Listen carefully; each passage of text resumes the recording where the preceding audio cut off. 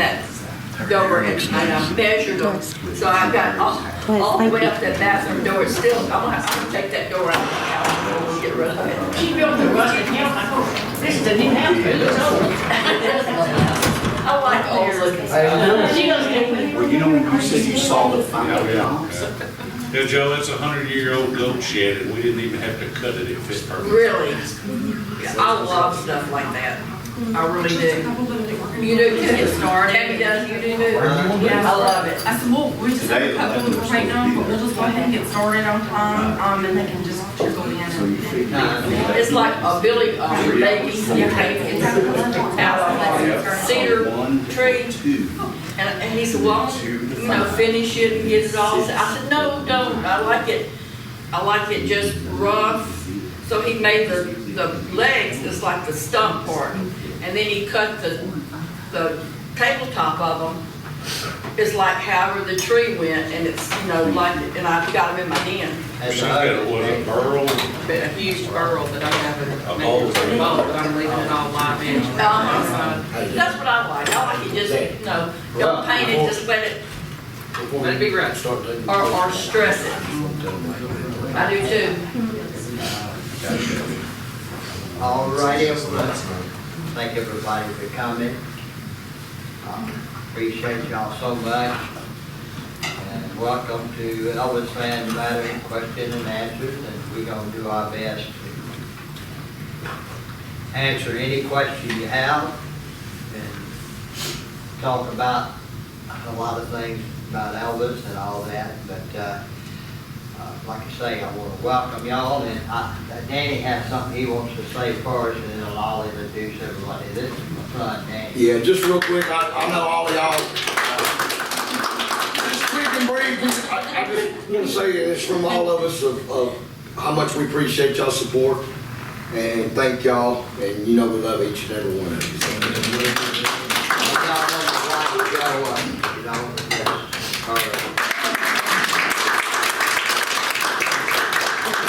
Danny's wife, Teresa. My granddaughter, Danielle. Great job. And my bodyguard, Steve.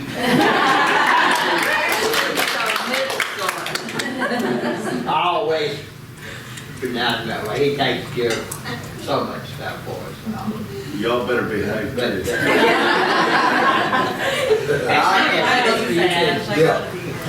Has anybody got a question they want to ask right now? Somebody started off. Hey, I'm Catherine, nice to meet you. What about the 1968 special? Did you guys get to see the taping, or did you get to see it on TV? That December, I guess it was on. Just what was your perspective on that? Were you The what, the movie? The 1968 special. Oh, the special was fantastic. I thought he poured his heart out. Poured his heart out in it. And that was I don't think he could have done a better comeback in that, and from there on, golly, it was all uphill, seems like. Anybody else got a question? Okay. Can you tell us about Hawaii in March of '77, what his disposition was, and he was having fun? And vacation? Yeah, it was vacation you took? It was the worst time I ever. Oh, we had a blast. We all of us, went on the Lake Marie and went to Honolulu first, and then Elvis stayed at the Rainbow Hilton, which was on the beach, right. And we stayed there, about one day, I think, maybe 2 days, and he had leased the house on the other side of the island, and we moved over there, and had a swimming pool and all that, but the beach was. So you pretty much had a lot of fun. Right there. He pretty much had a lot of fun. I didn't. He had a lot of fun. Yeah. Oh, You had a lot of fun. Y'all had a lot of fun. Oh, yeah. We went to the culture center where they, they put on a show, Hawaiian show and all, with the dances and Pearl Harbor. And then Pearl Harbor, I don't know, a lot of you may not know, but the Punch Bowl, which is there as a tourist attraction. And of course we went in the ocean and swam some. Even, We went to the USS Arizona. yeah, that, And, Pearl Harbor. yeah, Pearl Harbor, and Elvis had done I don't know if he donated or did a show or something, but he Yeah, he helped did build show that, it. the memorial. And, so he wanted us to see that, so we went there and visited that. You had to take a little boat out to it, and, well, it was not real little. Really? It was Actually, a kayak. Everybody was holding on. I'll be up and down. But we did so much stuff over there, played football and all kinds of stuff. What's your favourite memory of Elvis that always stays in your mind? What's the first thing that comes to mind? That is probably one of the most difficult questions. That's like saying, which child do you like better? Well, we know it's not Yeah. Andy. So. Yeah, it's not Jody either. But I can't, It's Stephen. so many, it's hard to pin down. If you think of Elvis, what's the first thing that comes to mind? What comes to mind when I think of Elvis? Yeah. I wish he was here. Oh,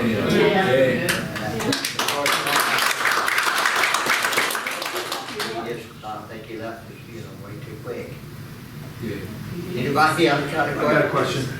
All right. You and your boys, the gang, are one of the most elitist group of guys that were part of something that nobody else can touch. Right. We know that. You mean the And we know- Memphis Mafia? The Memphis Mafia. What those boys, I call you guys boys, what you've had in those 15, 17 years, no 22 billion people who have lived can match that was 15 years that you do. And those are crazy times, and we know that marriages do not last good in that thing. You guys have stayed loyal. While he was out on the road doing what they do, he'd always want to come home. You stuck it out. What kept you going on that in terms of, it's tough, because you stayed it out. A lot of the other guys couldn't do it. It's tough, but you recognized at the end of the day, this was the loyal one. Well, we met in school. Right. And we were best buddies, good friends, and we just, we always clicked, and I didn't care to be with anybody else, and also I only had to stay home for a certain amount of time, and then I was able to travel too. So you wanted to separate. I actually got to go out, and I lived with Billy and Elvis, and we lived on Pergia Way in Bel Air. And Danny, that's when Danny was little. And of course I had Danny, when Billy traveled too. But when out of high school, he started to travel, and I'm not gonna lie, it was hard. Yeah. It was I very know. hard. Yeah. He was not at home when Danny was born. And in fact, they were on the way home, and Elvis decided to stop in West Memphis. I was in Baptist Hospital.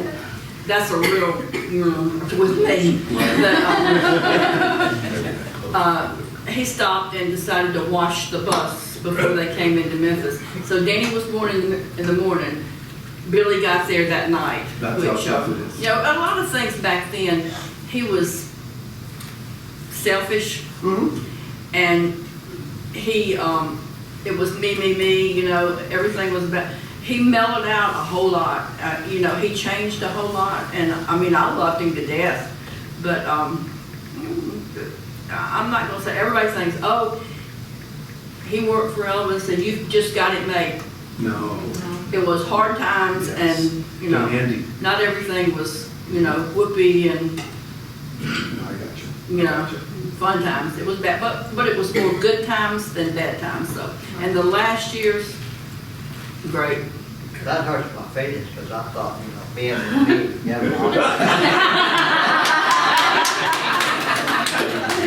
Well, you can have makeup relations later. Well, you know, it's like we've been together almost 62 years. Wow. Like I had Danny, I was only 16. I can you know, get 230s now, And you know, sometimes when you meet somebody, it's just, I mean, that's just, you know, you just know. Yeah. That's just it. We just were soulmates. We were, you know, I like what he likes, and he likes everything I like except to bargain hunt. And the sale sign is like, ooh, it's a magnet. What, please? I mean, we can be walking up, Clearance, oh. and then all of a sudden, you might see the clearance sign. I'm up there ready to check out. Well, check out probably lasts, probably an hour. I'll push over where she's at. She's looking and looking, and then she'll say, oh, okay, I'm ready to check out. So here I go, and I try to find an aisle, you know, look around, back over here now. You know, I'm not a tightwad. You know, I like to go shopping and stuff, but I never had a lot of money except when we were, you know, with Elvis. And we grew up poor, and everything was sale. You know, you get it if it's marked down as clearance as sale, or hand-me-down clothes or whatever. You know, and I've just always been that way, and I can't see the point. If you, I mean, I like thrift stores. I love them.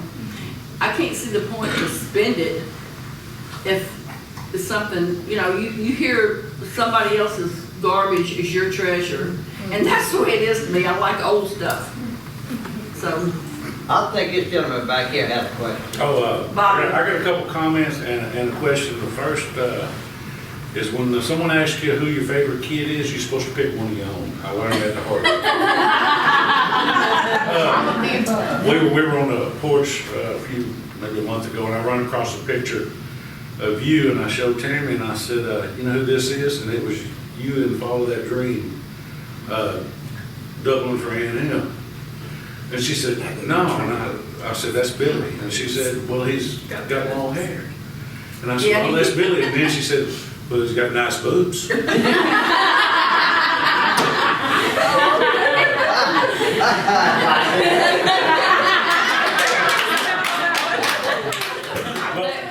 were balloons. I'll get it in a second. This is a picture. Yes. She said, that's a girl. Can y'all see it? Oh my God. He did the stunt for and double for Elvis. And so. Yeah, and I double for Aunt Al. You know, one time we was down in Crystal River, which is a really small place. And Did you? the scene come up, you know, and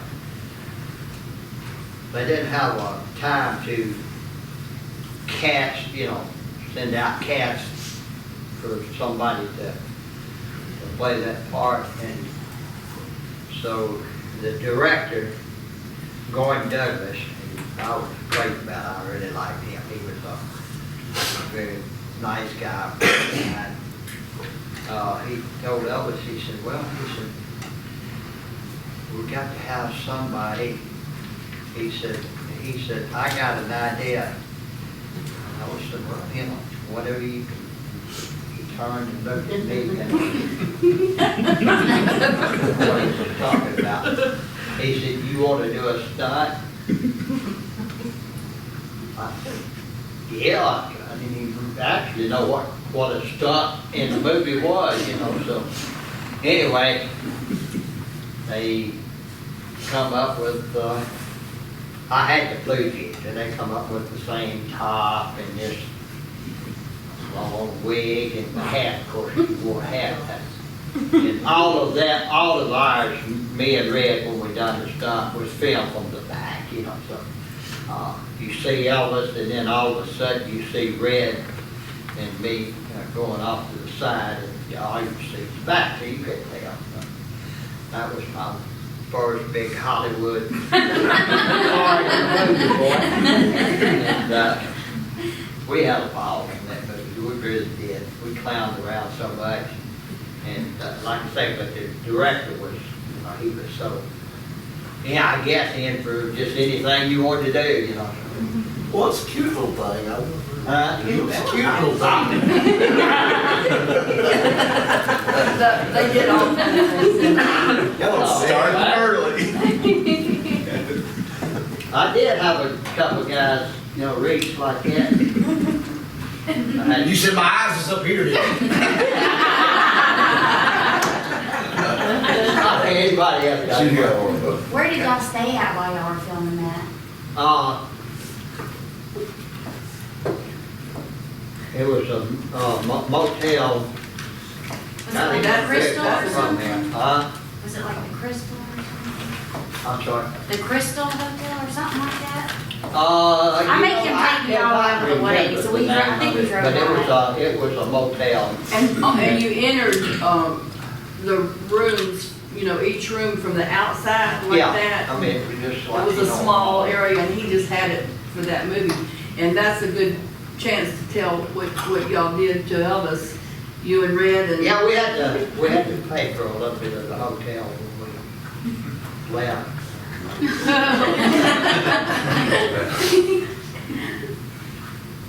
We was off, had a few days off, production, you know, had shut down because they was moving location from the little beach area in Crystal River to Ocala. And that, you know, was like 20 or 30 miles away. So, you know, but with the movie, you know, company, that's a big step. So we had a few days off and we was all, you know, in a hotel, and we all went to Elvis's room, and we were all sitting around talking, and well, we didn't see no Elvis, you know. So we knocked on the door, and he said, "I'll be out later." He said, "Don't knock on my door again. I'll be out later." So Fred got the idea. He said, "Tell you what we're gonna do. Let's burn him out." Smoke him out. Cardboard, and we'll set it on fire, and we'll fan smoke up under his door here. We did. Only thing is, we caught the damn door on fire. That caught the wall on fire. Well, we got him out. Boy. I mean, we were grabbing it, anything that hold water. And the fire extinguisher, we got to put out, but he had to pay for the damages. He said, if this wasn't so funny, I'd fire every down one of you. Thank goodness he had a sense of humor. But it was, it was a lot of fun, stuff like that. Go ahead. In England, it's called opening a can of worms. I don't know if you use that expression here. So I'm going to ask anyway. What do you think Elvis would think about building that guest house next door to Graceland? In England, it's called opening a can of worms, which is controversial. Yeah. It is, yeah. Before you answer, today's a big day. Yeah. We need to say happy birthday.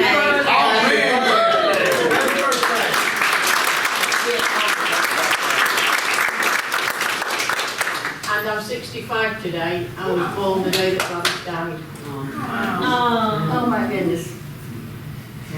Yeah, sorry, Graceland and the guest house. But anyway,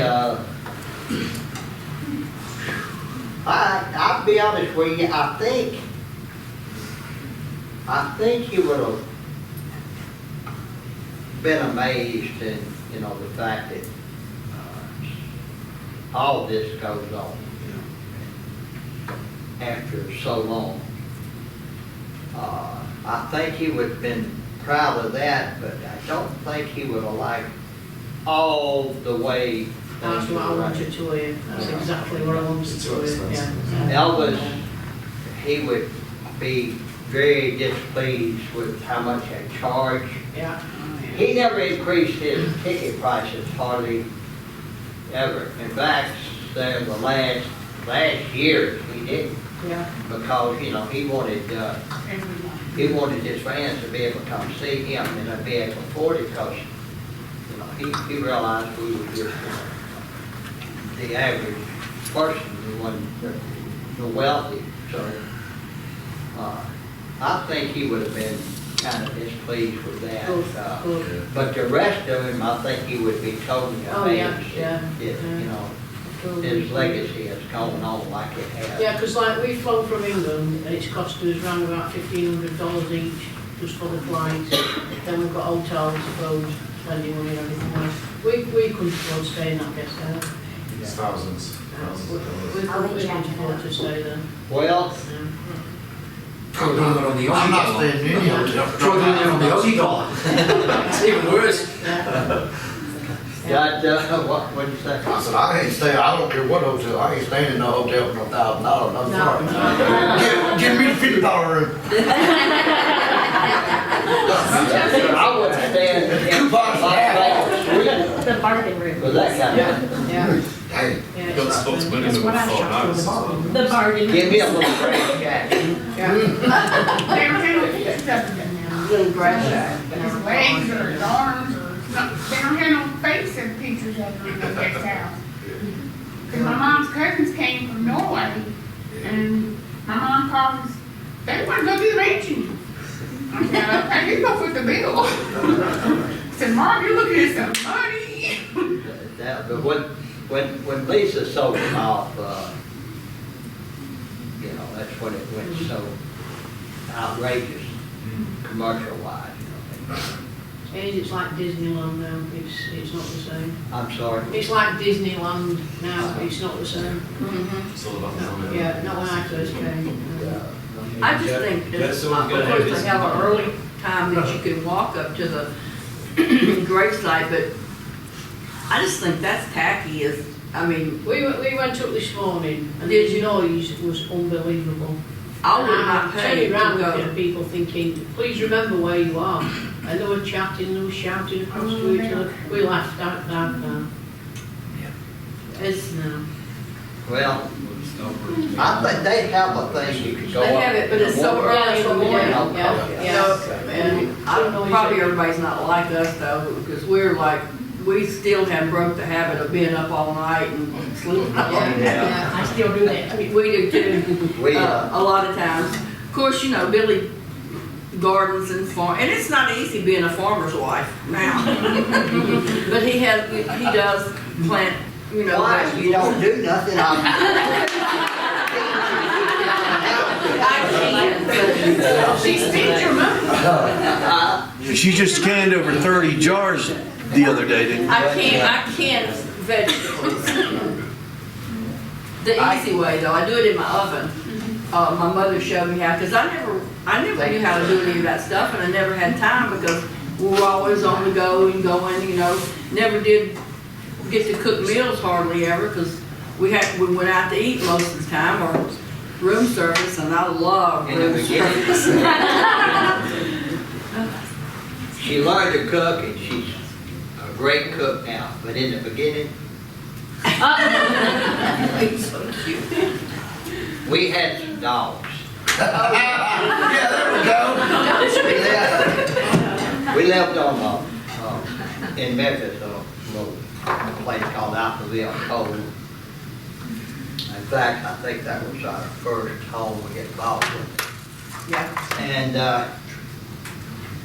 so we had these dogs, had a German Shepherd and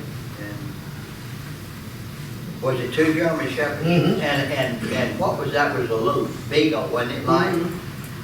But, you know, we kept the dogs, they just a little, these, of course, the German Shepherds, they were 2 big dogs.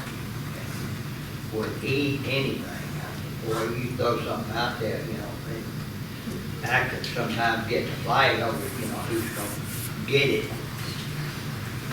Well, she cooked this little dinner. Can't remember what it was. You I might. don't want to remember, right? In fact, the dogs don't even remember. Anyway, she said, all right, it's ready, y'all come in here. So I sat down, Danny and Joey, and I took a bite and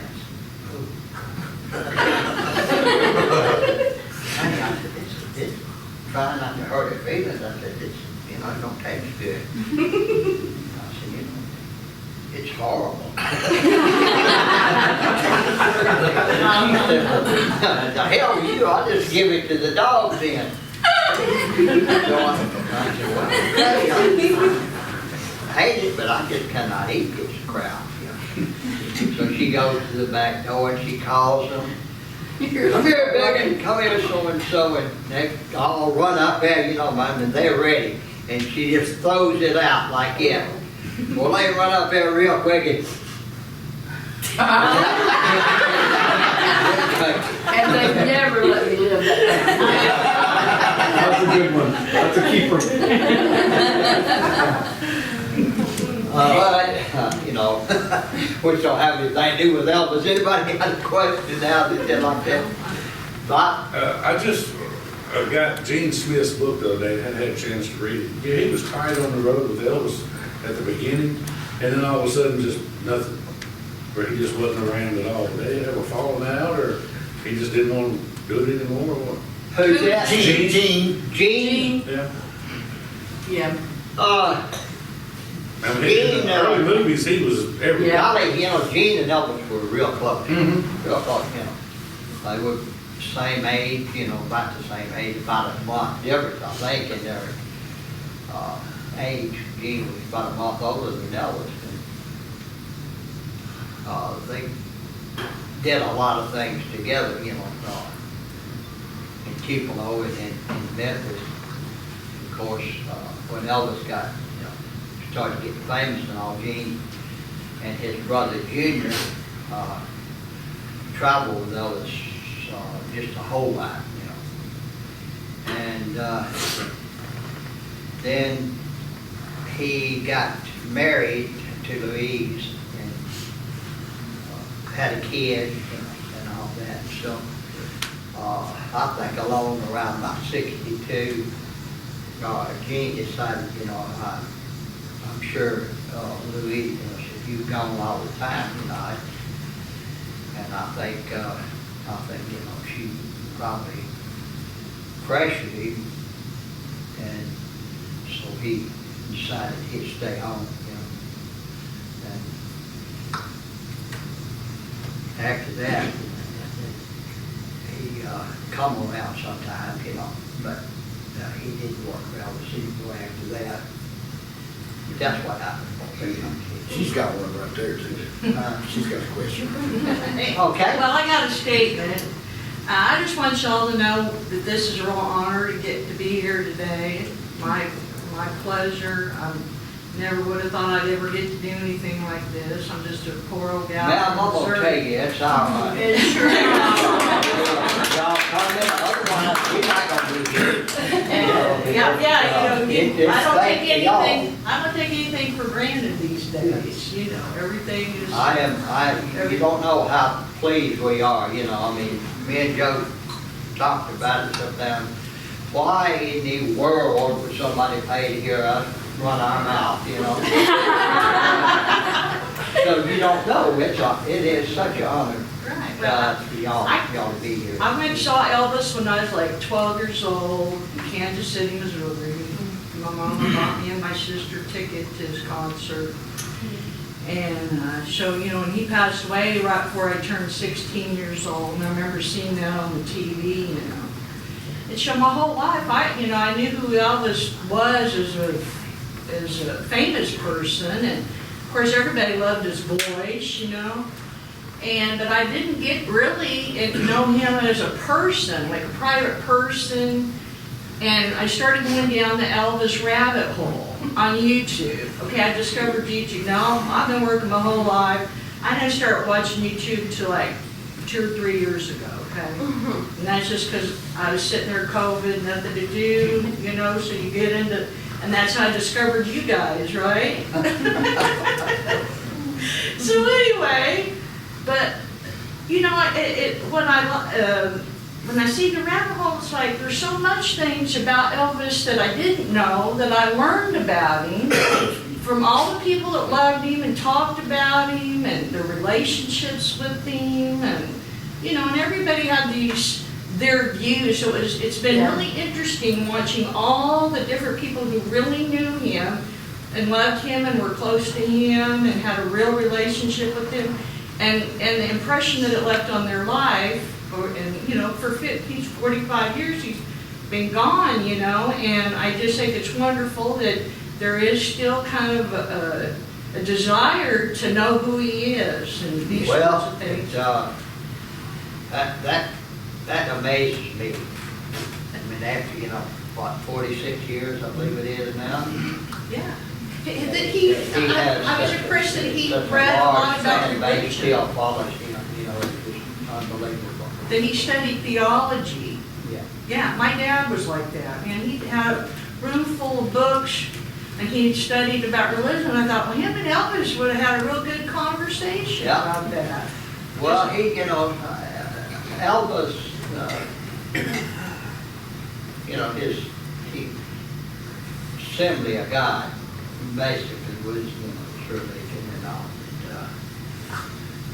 But like anybody, he got a inquisitive mind, you know, so he got this looking at other religions and all, but he never got away from it. Right. But, you know, he just wondered, you know. He just wanted to know what other people believed. Yeah. My dad was the same way. You know, that's just the way it Had was. hundreds That of books. about a lot of things. It wasn't just religion. It was, he had books. That, gosh, I don't, just anything that, you know. He read. I just want to comment on that particular thing because that was really intriguing to me to learn that about what he liked to do in his private time. And I thought, you know, my dad was very much that same kind of person. He studied about philosophy and religion and sociology and psychology and all that. And and it was hard to talk to him sometimes because people weren't as in depth with it as he was. And this is the thing that really intrigued me that I've heard a number of people say about Elvis that really I thought, wow, you know, he was a deep guy in life. Yeah. Like I say, he read all the time, and he read a lot of different things, you know. He just, I just wanted to tell you that in person. Thank you. Thank you. Changing the subject, Tupelo. When we was there the other day, they were telling us that the birthplace, that is Elvis's house that he was born in. Is that the original house? Is that in the original place? Well, yeah. It's not. No, we didn't think it was, no. It had been moved, The house was moved there. and Right, but that's not the original what house. little of it was left, you know, they, took and totally had to redo it, you know, 'cause, I mean, it just wasn't much there anymore, you know. Right, okay. It was solid Years state, which rotting and all Yeah. kinds of stuff. So they took. So what was left the original house near there? and, Was the original house nearby? it was You mean back to where the Yeah. on South Keller Road. It was, I guess maybe mile and a half. Wow. Where it's at now. Yeah, it was. So did Elvis play around that area? Where it's You at? mean where the house was? Yeah. Yeah, there was, see, there was, what's his name? Bean. Orville Bean, I believe. Orville Bean. They, you know, lived on his property, and he was a, you know, fairly well-off man, and Garner worked for him, and he had a big place in the. You know what house. sharecrop is? Yeah, that's where What? you, right, okay, yeah. And he, you know, he had a lot of room to play, you know. Yeah. So, you know, he played a lot, you know, outside, as kids do. and of course, sometimes he'd have, one of his teammates or something, come over, they'd play. But, yeah, he's just like any other kid. Just, Can y'all hear him? Yes. Okay, I just wondered. He tends to start talking like this and then.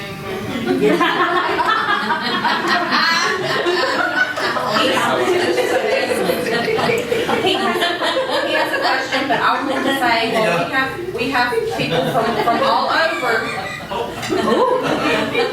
We have people from all over, but I met them this morning in the parking lot. They have driven from Canada to be here.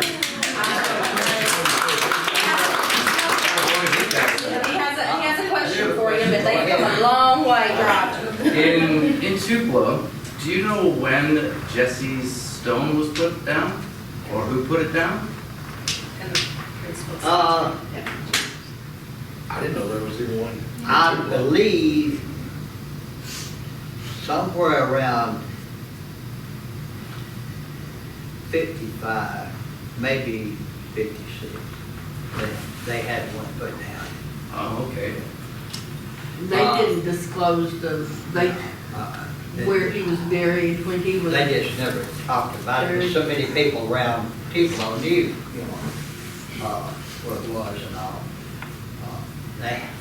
In fact, they spread out. The colonel did because, he was in protecting Elvis, somebody might, dig it up, hold it, you got nuts. They knew it was unmarked for a really long time, apparently, so. I'm sorry, who? No, I said it was unmarked for a very long time for a while there, so. Yeah, it was. And anyway, they put it down then. Of course, they got one down now, at Graceland and all. Memorial. But I don't know if they just wouldn't have been anything left if they moved the, what would have been left of the body and all to Graceland. I don't know that. I think I heard through the grapevine that it was just a plaque at Graceland. They didn't do anything. Yeah. They weren't able to locate it at the time or But, it would have been, like I say, 50s. back in, it wasn't like they had a whole lot of money and could afford to, to have a big funeral and all the fancy stuff, so. Most of the time, they had for babies back then, it was like cardboard, and that's like that. Little wood boxes, Yeah. stuff like that. The reason that Elvis was moved to Graceland was because they had, Death threats. not death threats, people Wanting had, to steal the body, that were gonna try to steal his body. That's one of them names. So that's why, Vernon got with the city and they allowed him to be buried up there. And then they moved his mother too, so that just started it, I don't know how y'all feel about, but, I don't think Priscilla should be up there. No.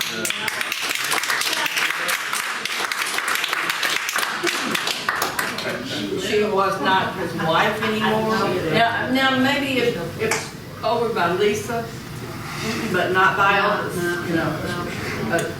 we heard they were even discussing moving Dodger, and to me that's, but I don't know that for a fact. But Grandma's I've heard that they're gonna put her by buried next to by Elvis. Lisa and Benjamin. I'm like, I think that would be great. I don't think Elvis would have wanted that. I think the day that I happens, thought we'll they- hear thunder roll. I said, I think the day, if that happens, we'll hear thunder roll. I don't think they'll move anybody. Well, It probably will happen. from what they've said, they said the closest space to him without moving anybody, which would be right next Yeah. to Dodger. Well,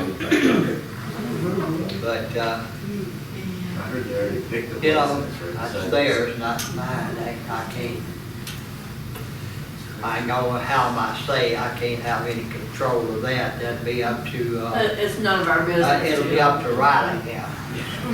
She's, Bobby had a question. I'm sorry. I got a question for Danny. Shoot. Just so there falls asleep. When people ask you who one of your favorites of the guys were, and you're always kind of evasive, was there one that was just an ass and you couldn't stand being around? Not just one. Who did you really not like? Well, since you said that, I'll be honest with you, and we talked about it, would be James. Hamburger James. Hamburger James? Okay. Yeah. And the reason being, we were all downstairs one night at Graceland, playing pool. And he brought a girl down and pretty much, you know, was an asshole. I mean, you know, trying to run us out and do an idea. And, Was he the one who stole money from Notes? Was he the Yeah. same one? yeah. I just didn't care for him, but not as far as, I mean, I was a teenager, so yeah, I mean, there was times, with all of them. You know, I'll give you real quick another instance, like, you know, David Stanley was a big guy, he was real rough, you know, and when we're in Palm Springs, you know, he dumped us, you know, just playing, yeah, kind of bully, but, you know, and, you know, kind of like that when, you know, but, I mean, I loved all of them. I mean, I'm, you know, serious about that, but sure I had, but one stood out, it would be James. I just never got over that for some reason. He just, you know, just trying to take over and stuff, you know, I don't care. But James wasn't there that long. No, I don't know how Elvis wound up hiring him. He just did not fit. That's what, yeah, he just didn't fit in. You know. Total different character, not the same humor, you know, that most of us had. Kind of a loner, didn't, you know. He got what was coming. I'm glad he got what was coming to him. But he wound up stealing some money from Elvis and Jewelry. personal. And jewelry. And jewelry and personal items. Run up a pretty good money town at the casino. No, it's not rid of it. Got like I just had a question. For the movies for the kids, did Elvis go get like the latest and greatest movies for the kids to watch? Like in the den, you know, since he always did Memphis for the adults with the adult movies, did he kind of mirror that for the kids sometimes? Only at the last, When Lisa was there. the kids didn't go, you know, in the earlier days of '60s and Well, the early part of the '70s. once he rented the theater one time at the Memphis, for all the guys to take their kids, and they were showing Snow White and the Seven Dwarfs. Danny was about, Danny was about like 2, and he kept saying, I want to see Snow White in her drawers. It's not her drawers, Danny, it's the dwarfs.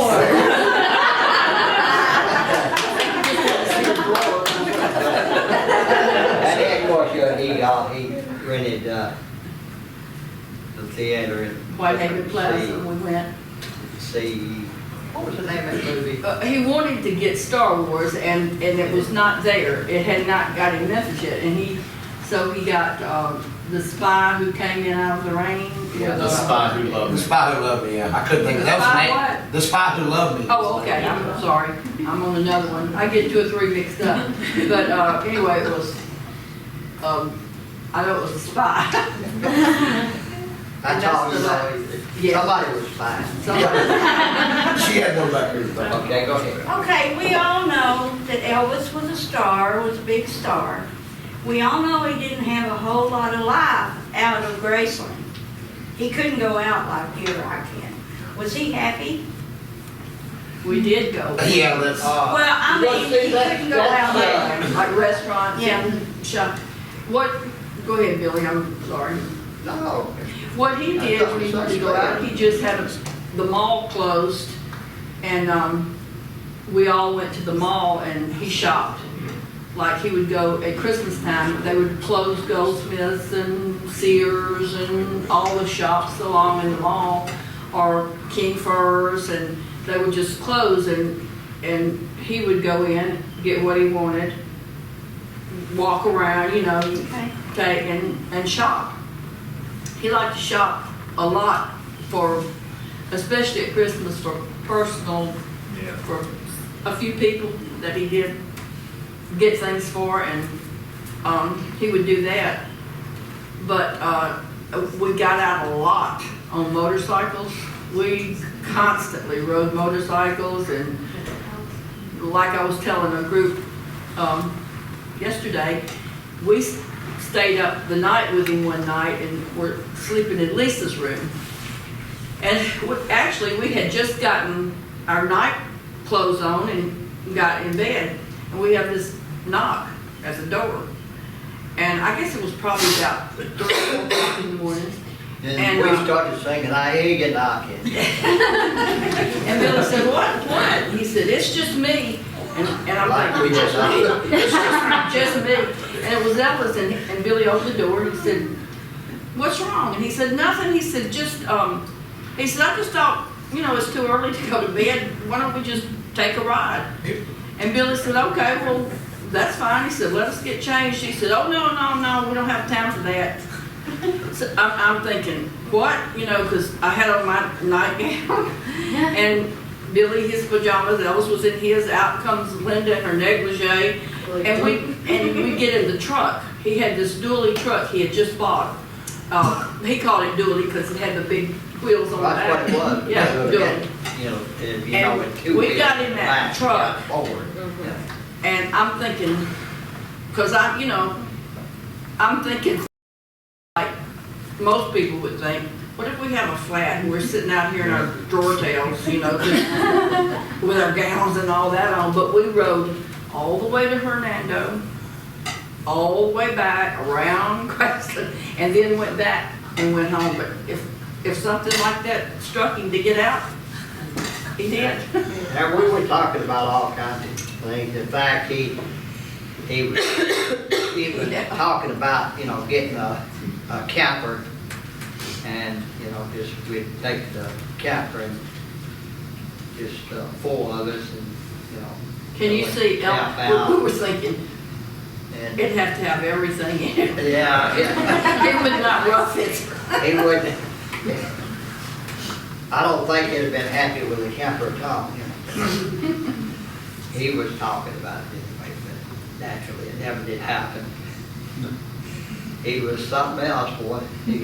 You never knew what he was going to do, when he was going to do it, you know. So you had to be on your toes, you know, pretty much 24/7, you know. So. Yeah, 24/7. I've got a question. After the passing and the years that went past, was there any of the people or the members of the Mafia or anybody that you specifically kept in touch with and or just kind of parted and never saw again? Yes, some of us stayed in touch, of course, not every day. It's like, you know, just disassembling a chain, you know. Yeah, so they it's like just kind of went different directions, you know. But some of us, we stayed in touch, you know. Of course, we all still cared about each other, you know.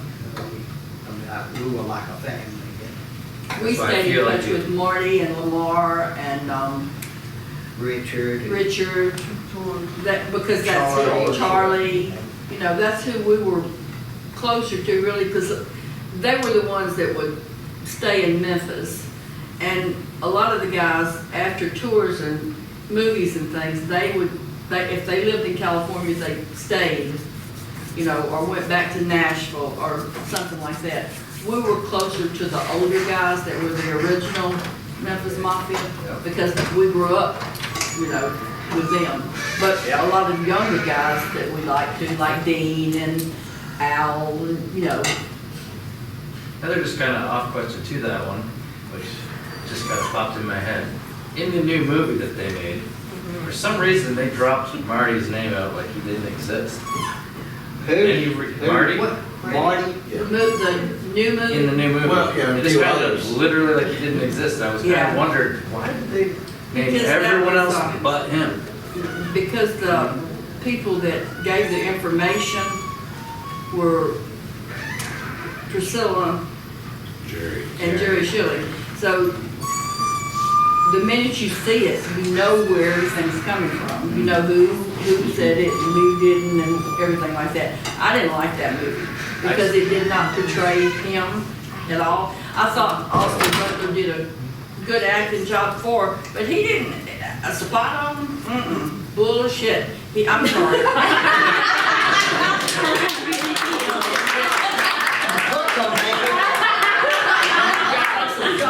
Don't hold back. Don't hold back. Tell us how you feel, Joe. But he didn't. And I mean, if you really knew Elvis, and it's like somebody can start to tell us a story now, and the minute they start telling it, I know if it's a lie or not, because I knew his mannerisms and the way he was, like Billy just go, okay. Even when I watched the movie, I could tell that We watched it. Jerry's influence was a little Jerry too didn't much, even I want work to for say, him just for the because I last don't know if his, years of his life. yeah, I don't feel that Jerry was that top guy in the, No, that was Priscilla. in the Mafia. Like I feel you'd have Joe, Billy, Yeah. that are When you think about the Mafia, in your perspective, the other guys at the end, the core originals, who are they? At the end? Yeah, no, at the beginning. At the beginning. In your mind, there's the original gangsters, the OGs. Who are the OGs in your mind of the Memphis Mafia? Was Red, Sonny, Lamar, Ray Sitton, Alan Portis, Marty, Gene, and me. That's how we, the ones that, when we went to Vegas naturally, our reporter out there is the one that You gave him that name. we had gone to see,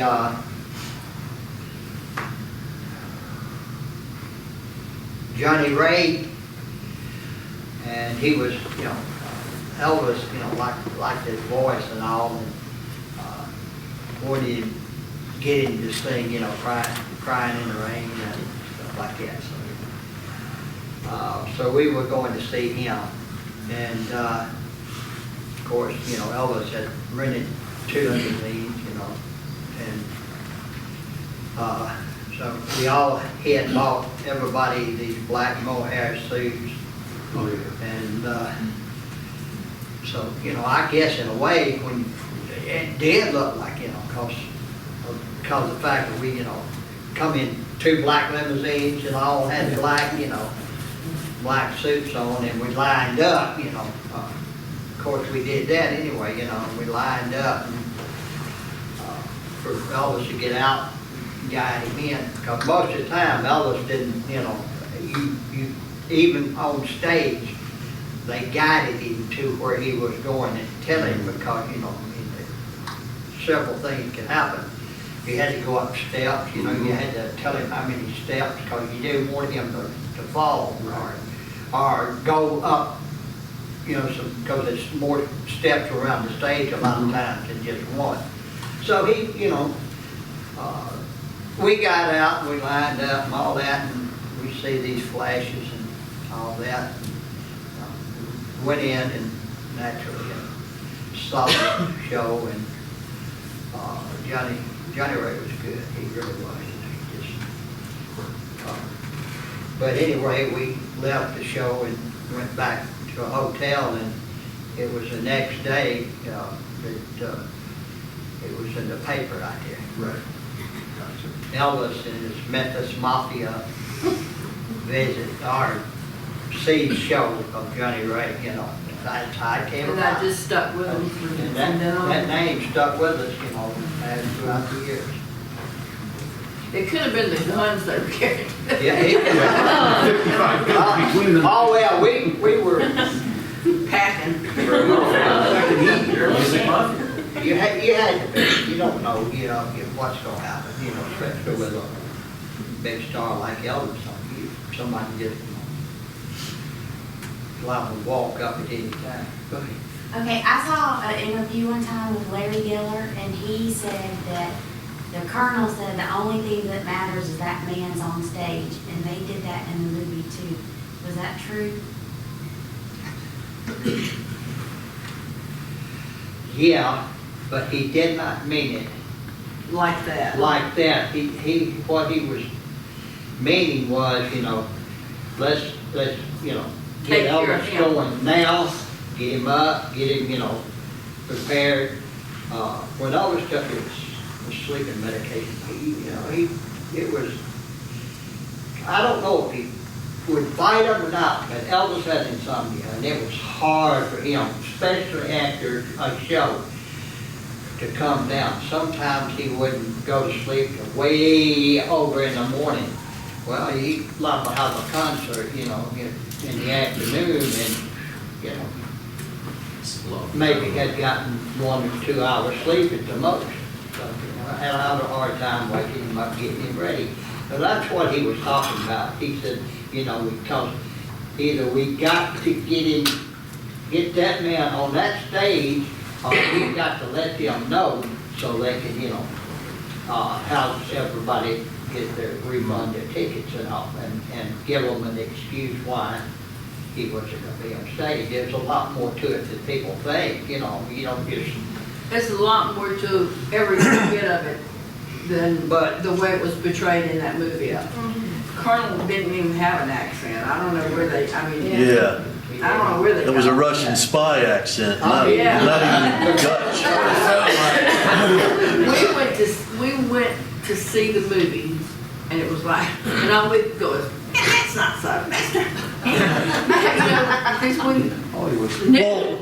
And it was hard to watch, and, thinking, okay, they put this out for the new generation, and this is gonna be the history and what they really think. And it's not, most of it, like his mother, she never got drunk and fell down, and Priscilla didn't even know his mother, never met her, she was dead before Priscilla came. Well, also, that incident didn't happen in a hallway, them ducking his head in a bucket of water. Wasn't that in the suite where that happened? But in the movie, it was out in the hallway. No, a lot of things did happen. Because if they're still breathing, and it's like one guy, I'll just say this, and it just irritates the hell out of me, but he told that him and his brothers would go and wake Elvis up. They didn't. And they poured water on him one time to wake him up. Well, they were all still living after Elvis passed away. You had to wake Elvis up really, really careful, because it startled him, and only a few people could wake him up, and you certainly didn't pour water on him. I mean, that just was too way out. Grab him hard and shake him. He actually hit his cousin Junior in the earlier days, because Elvis, back then, he had a tendency to sleepwalk. And, sometimes, you walk him up and startle him. He started just swinging before he, and I could see how he would be like that. I mean, you don't know. So everybody knew if he didn't wake up on his own, and he had a certain time to get up, how to wake him, how to wake him up, and that would be, just kind of lean down close to his ear, say Elvis, and not real loud, but loud enough, and say, it's time to get up. You might have to do that 3 or 4 times. And then if he did open his eyes, then you might just kind of barely touch him. But you didn't just, Can you shake imagine him pour and water on somebody? I pour tell water on him. He always kept a gun right by his side, you know. He could shoot somebody, so. But,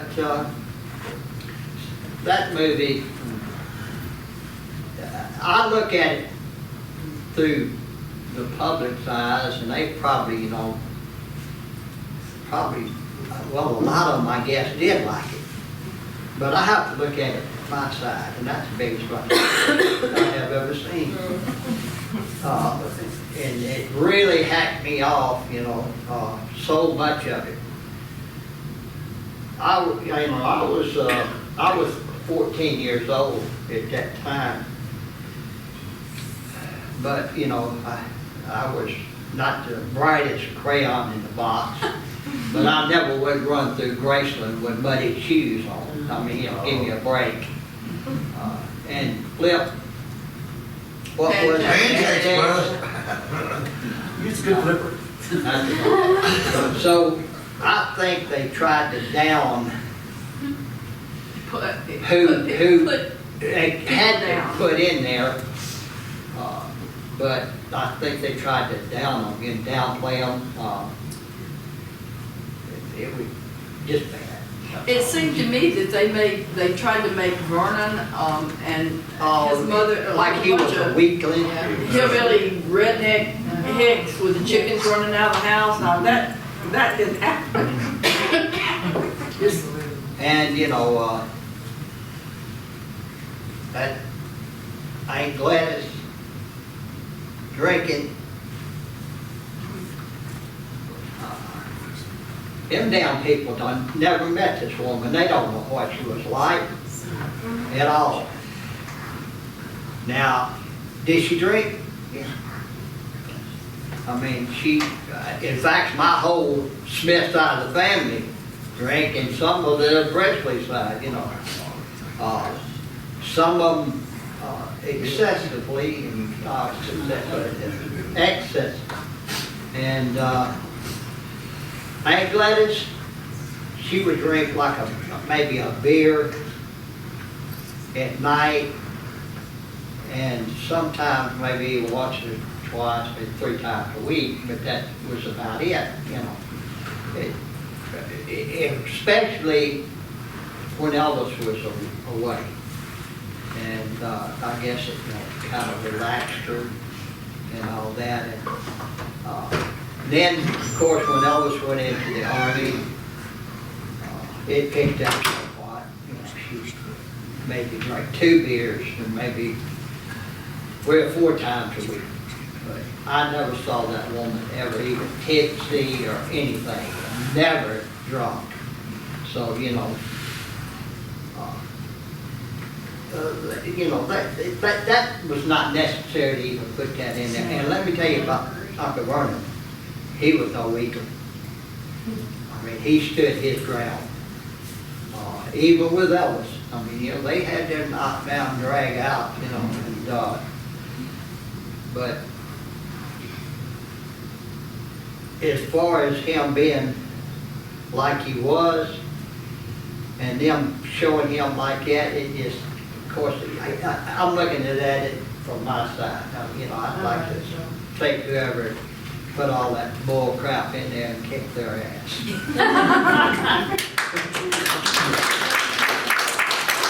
But there's a lot of people like the movie, and that's fine. You know, I can deal with that. You know, because a lot didn't know Elvis, didn't know him. Okay, I'm sorry. As an Elvis fan for 52 years, I absolutely hate that film. You passion. As an Elvis fan for 52 years, I hate that film with a passion. She hates Absolutely hates it. And I heard so many times this is the new Elvis. There is no new Elvis or one Elvis, and we've lost him. I second that emotion. One. And as far as I'm concerned, there will be another fight. No. We was on the first song with Graceland a couple of days ago. When we walked into the house, it was really, really quiet. Was it always like constant people in and out, or was it a like quiet, like family time? Pretty much so, yeah. like anything else, Elvis went through phases. 57, up to about 63, 64, he would let a lot of the fans from the gate just come out, you know, and of course, you know, they come up and you know, we'd do different things and all, and then he got to a point where he didn't, you know, he didn't let hardly anybody except the guys and the families know. And there at the last, it got where nobody could. Yeah. And so he went through, you know, like I say, changes. But he liked, you know, to, most of the time to have people around. I think it kind of helped him get out of a certain mood he might be in, or he just wanted to, you know, to do something like go to the movie or ride motorcycles or something like that, you know, just sit around and watch TV and shoot the breeze. Yeah, I just imagine it always being constantly busy and it never gets no time to himself. Yeah. All right. Firstly, it's a pleasure meeting you all. I've come from Australia. It's been a lifelong man. COVID ruined everything 1 week before I was to step on the plane and celebrate my 50th. But anyway, I'm here now and it's fantastic. I was 7 years old when he passed, and I remember all the teachers crying at school that day. Yeah, it was something, yeah, I will never forget. But Mum and Dad were teenagers in the 50s, and we grew up with his music, and we just love him. What I wanted to ask, did he ever meet Clint Eastwood? I think during the Rowdy Yates years, they might have met. Is that correct? Yeah, I think he did. I think he met him on set. This is when he was playing Rowdy on, you know, Raw High. Right, that's right. Yeah. And all, and I actually got to see him at a, well, it was like a cafe and a, you know. Commissary. Well, no, it sold liquor there too. Oh. And he was with use that guy drink. when he was, you know, drinking beer, he drinking beer, I know that. Kind of followed him above, you know, that a lot of times we, you know, go to these clubs, and we just happened to be there, and he come in, you know, sat down with a group of guys, drinking beer, got to meet him. And Elvis, you know, he met him, like I say, on the lot of a certain place, where it be Paramount, MGM, Warner Brothers, whatever. All right, go ahead. You were talking about your Aunt Gladys, and her drinking and everything, but what was she really like? Was she funny? Was she a spitfire? What was she like? She was a wonderful woman, pleasant to be around. But Elvis had a whole lot of her way. Now, if she got mad, you knew it. She didn't hold back at all. I mean, not even with Elvis. And but most of the time she was of course, pictures, you know, she looked sad, and Yeah. you know, she probably was to some degree. But like Elvis, she didn't want to stay in that kind of a mood. So she'd, you know, she'd get her like Elvis would, she'd get herself, you know, out of it. But she was a lot of fun to be around. And invite you in, and you know, and coffee and all kind of stuff. You know, that's just the way she was. She never, you know, she grew up like that, and she stayed like that. She didn't change. But very, you know, like God, I can remember her, you know, when I was a little boy, you know, picking me up, you know, hugging me and all that kind of stuff. In fact, she kept me a couple of times as when I was real There. But I real little. Still is.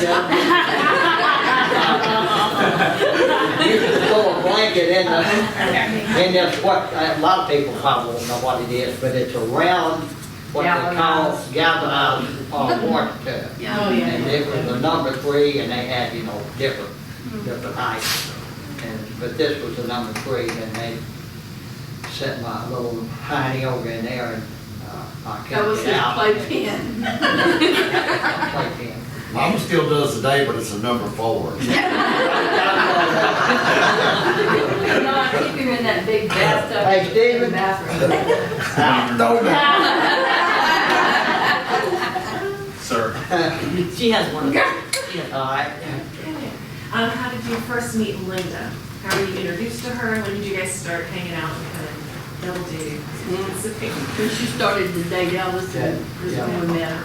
We met her. Was it at the house or? Yeah, I think we met her at the house. We met her at the house first, And from now on. and loved her immediately. She's Love her to death. she's quite a person, I really. Anything else? Great sense of humor. Great sense of humor. Oh, she is. And a lot of She is. fun, Yeah. easy to talk to, And Elvis really took to that personality. Sounds Yeah. like, Yeah. We've got babied him, she just babied him to death. We do have time for one more question. John has a question. Bobby had one. I done forgot what it was. What you think of it? We had a Just go. slight emergency. As a performer, Okay. I'm a performer myself, so I know that someone will send me a song, and I gotta kind of learn it, and then practice it. And I'll tell you, the first couple times is not ever good, ever. You got some serious things to go through. So my question is, in the movie years, when he had a lot of kind of not favorable songs, like Papaya or whatever, did you guys have to like sit there with him and while he learned these songs to try to rehearse and get ready for the movie and memorize this? Like, how did that go down? You gotta tell about the little grass shack. well, in a minute, first of all, God, you just,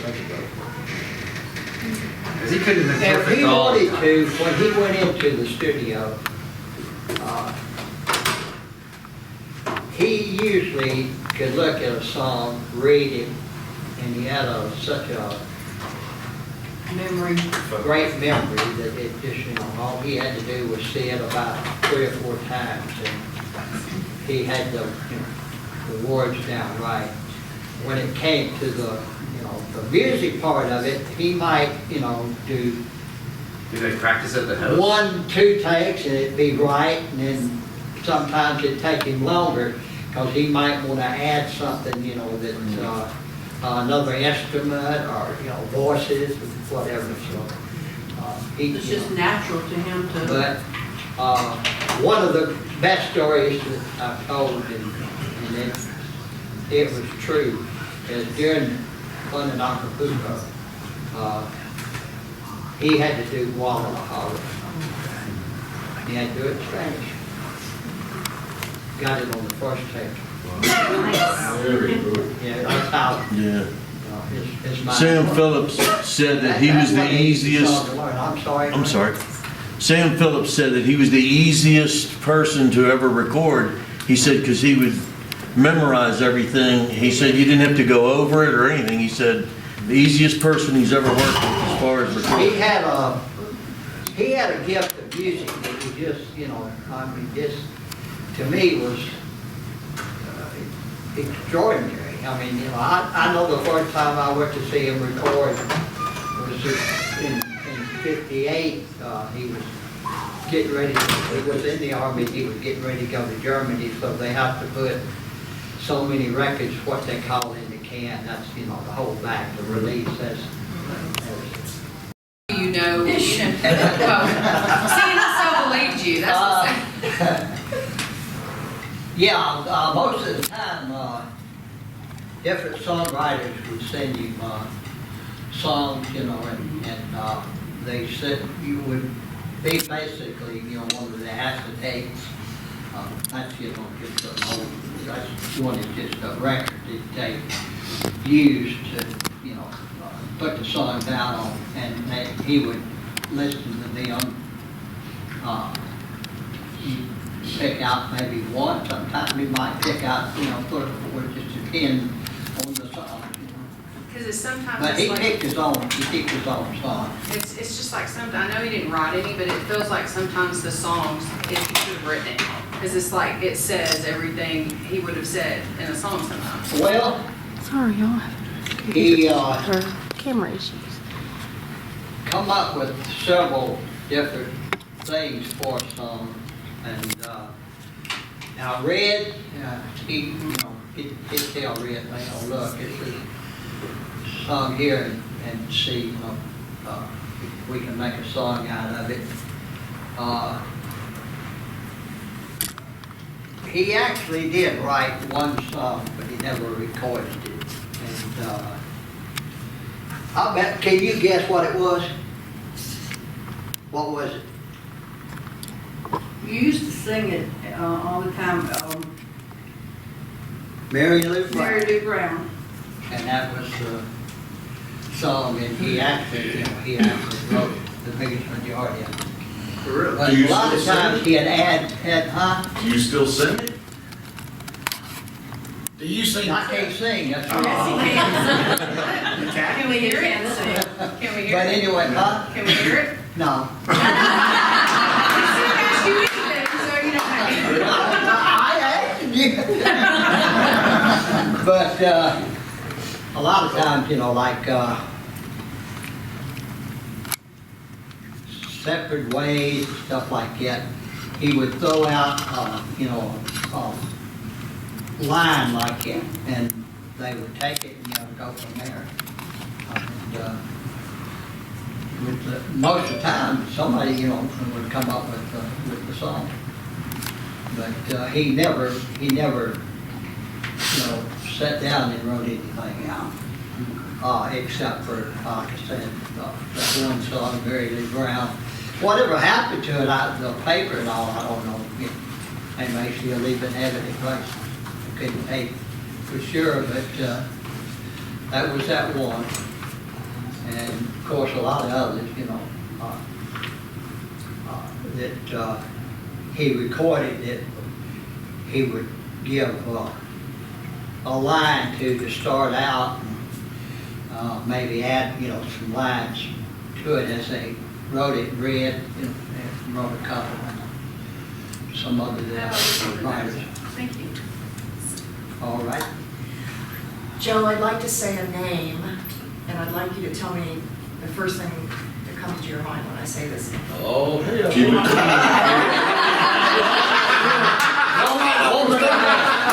It's a profanity. Okay, it's probably gonna be big. It's probably.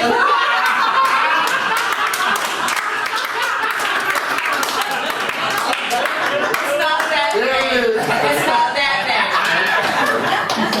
Okay, everybody ready? Joyce Bova. Who? Joyce Bova. Yeah, bitch.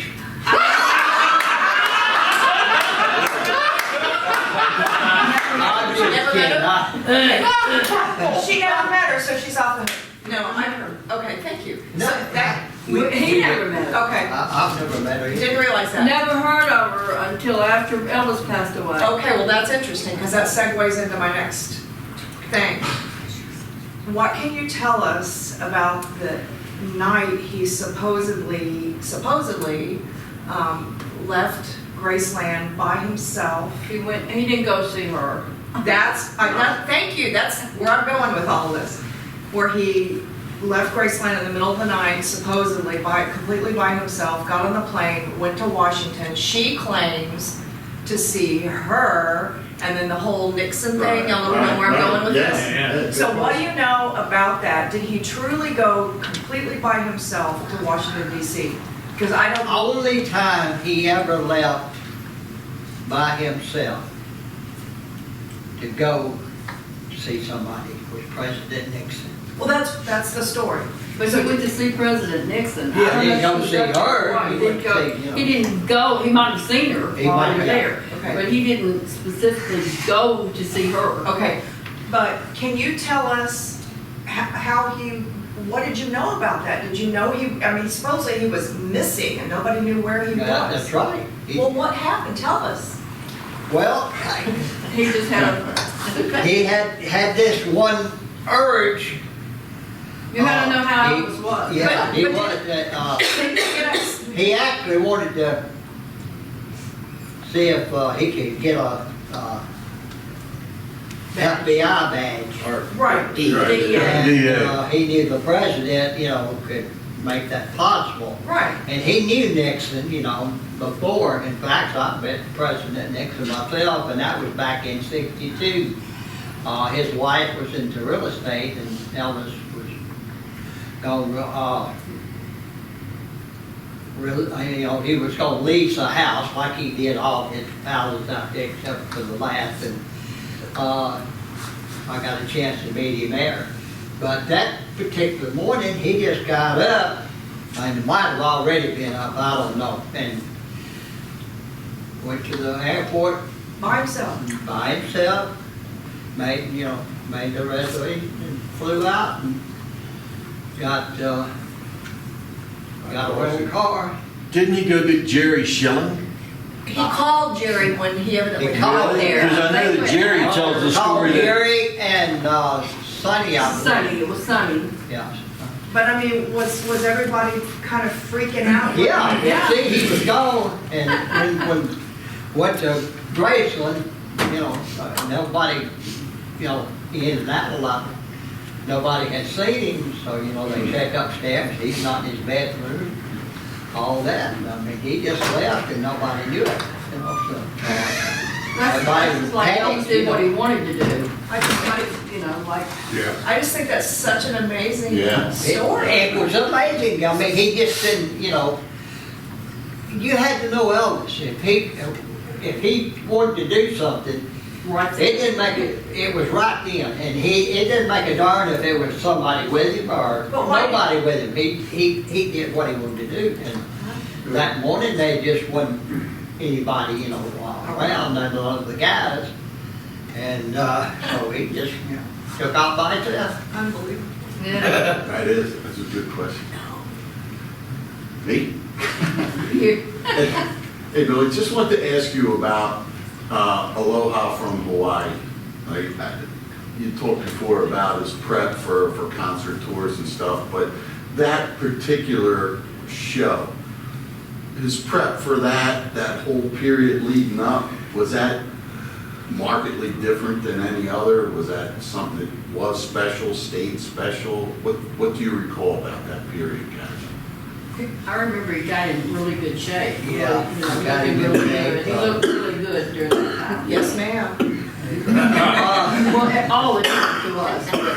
So, Of course, he performed a couple of shows that was not, on the satellite, they Hawaii, and that kind of led up to it, and then the actual show, and all, he prepared himself as best he could, and they've got a lot of scenery that leads up to it, and stuff like that, and but that was, he just prepared himself for that one show, especially, because it was going to be televised. Was he more nervous leading up Oh, to that? yes. Was he? He voiced it? I think he always was a little nervous. At least he acted it like he was, Leading up to every the time show? he went on stage, it was just. On tour, every like time. he was- But once he got on stage, guys, it was all, Yeah. I mean, it was just a whole nother thing, Yeah. just that wanna, spill out my talent just came out, Yeah. he just opened up, and once he did, it Then it was on, right? But After it the was first until he song, got that was it. Yeah, is that right? but, Because something did happen, you could feel it, man. It was just like, Yeah. He always said he never got over stage fright. And building up to the beginning of it, he would almost get nauseous, you Sure. know. But then after he got out on the stage, and after that first song, like Billy said, that was it, you know, and the way the crowd reacted to him, that just, you know. So I'll tell you what, just look at some of the pictures. Look at them close. And look at the expression of his face. Yeah. I tell you.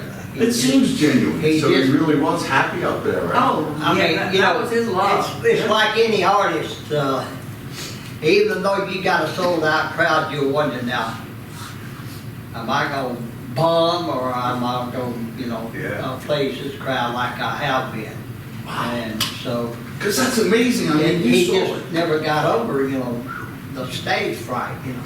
So, gosh, Elvis had a hard time accepting rejection. He just didn't, you know. He couldn't understand how nobody, how anybody could not love him, you know, because, and I don't either.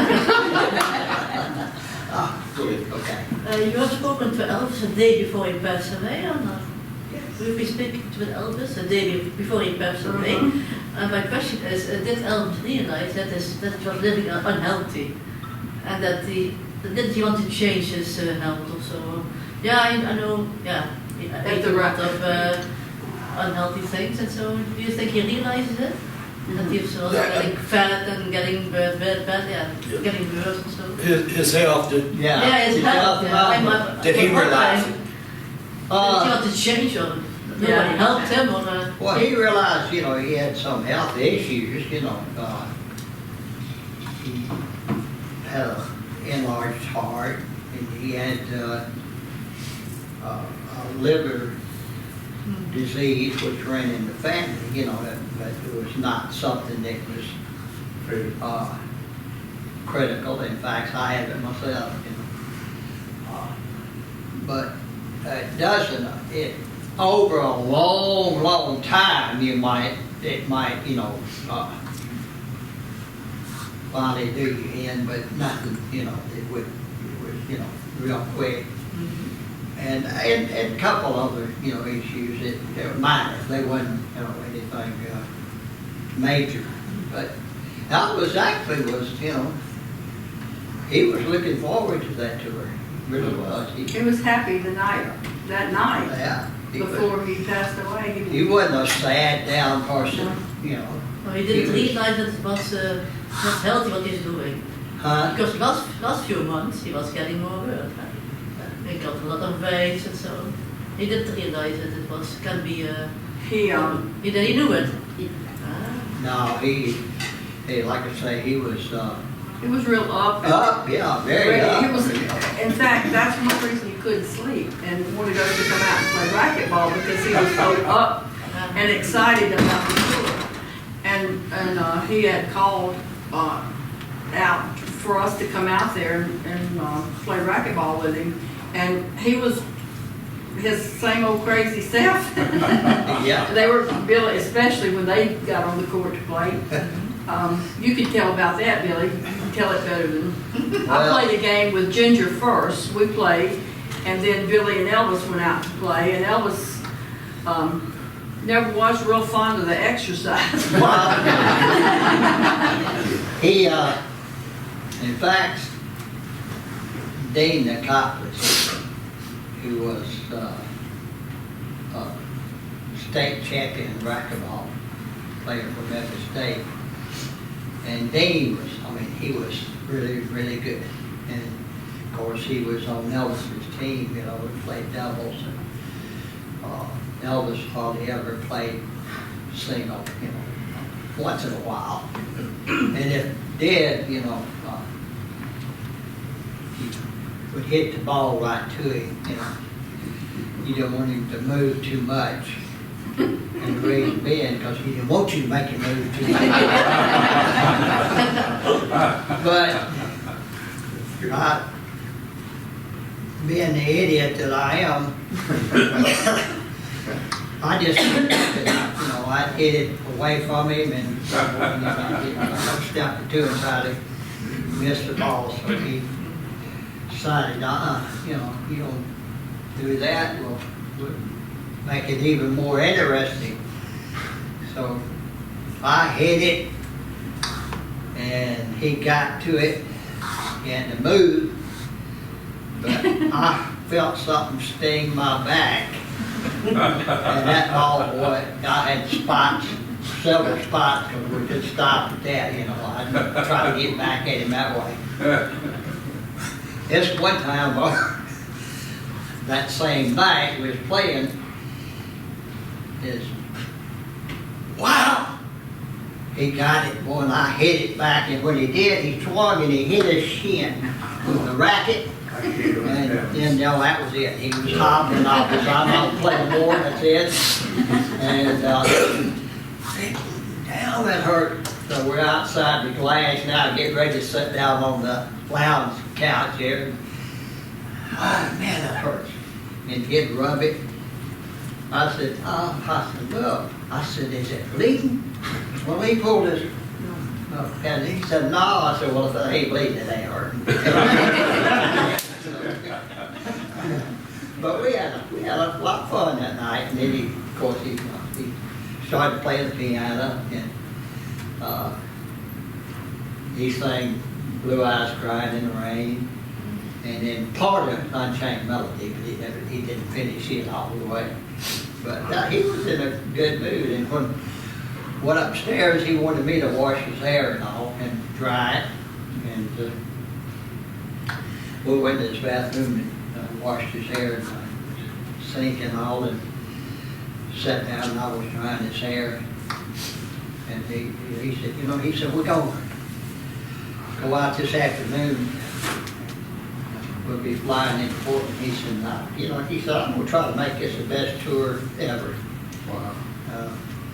And I said, well, all of them have been great, you know. So what, you know, I feel like, you know, it'd be a good one. You always make a good one. And we talked a little bit about other things. And along about 7:30, I left out. And from there on, I don't want to talk about it, if you don't mind. That's fine. Thank you. Very still emotional for me. So. But anyway, he was up. You know, Elvis was not a down person. If he got down, he found ways to, you know, get out of it, because he didn't like that. He didn't like the mood, you know. And if he got mad, the same way. I mean, he liable to tear a house up, but then, you know, he would get himself out of that. He has been known to tear up a few things. He had his temper over there, I think, too. I'm sorry? No, I was just saying, you got a couple Yes. over there. Okay, go ahead. To the mid. When I met Danny last week, I told him what I really dislike. Nobody talks about you. Nobody talks about Mama Fight. It's always Priscilla with Jerry Schilling. And the story goes that Jerry Schilling had a kind of relationship with Priscilla during her marriage with Elvis. Is that true? Because maybe I am the only one, but I really dislike her because she always does like she Takes knew care of it. everything, but she stopped with Elvis in 1973. So the last years she wasn't there. You were always there. You never wrote a bad book about Elvis. You always tell great stories. While she writes a book that Elvis raped her, and it's every time Priscilla. It be more like makes you me raped sick. him, you know. Right. You got raped. Now look, you deserve so much better. Are you looking forward to seeing her movie?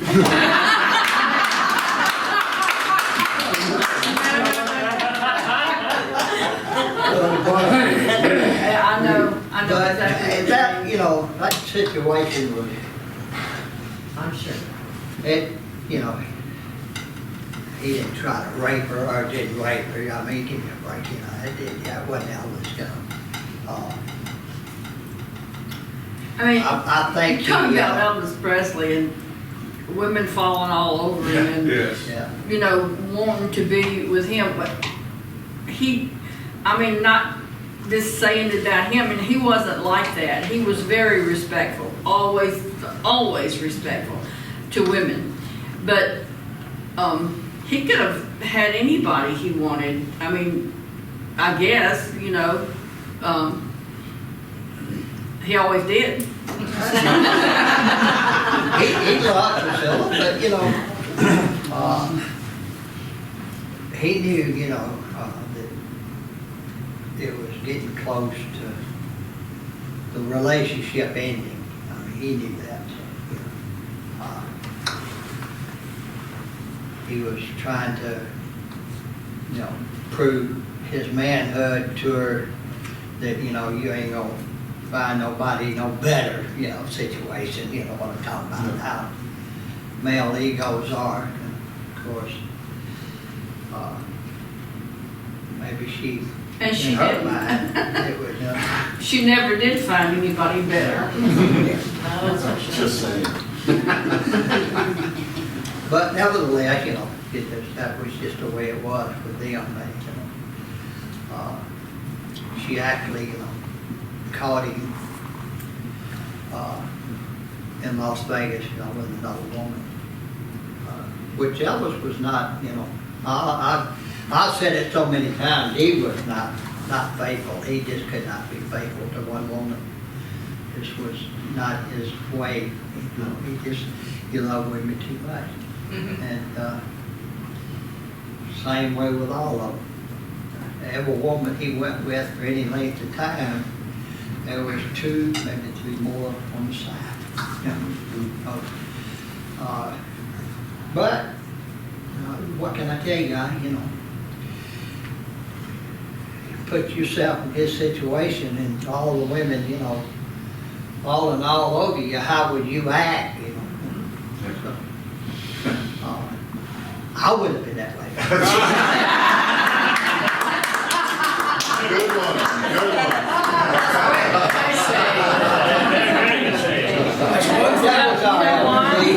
You know why he wouldn't? He loves living. His motivation, right? Loves to live and breathe. Seeing all these pictures and shots about Elvis giving away so much to people he loved, how did he experience that? What, his gifts to other The people? gifts, how did he react to it? What did he tell you? Did he enjoy giving somebody else so much pleasure? Yeah, he did. Well, that's the pleasure he got out of it, you know, because Elvis had everything, you know, that he wanted. And the way he was brought up, you know, I mean, giving somebody something, I mean, he knew he could get it, but he'd see somebody, you know, that knew they couldn't get it, you know, without some kind of help. And so he, just the look on their faces is just, you know, it just really, you know, thrilled him. And he loved to give to, you know, to people.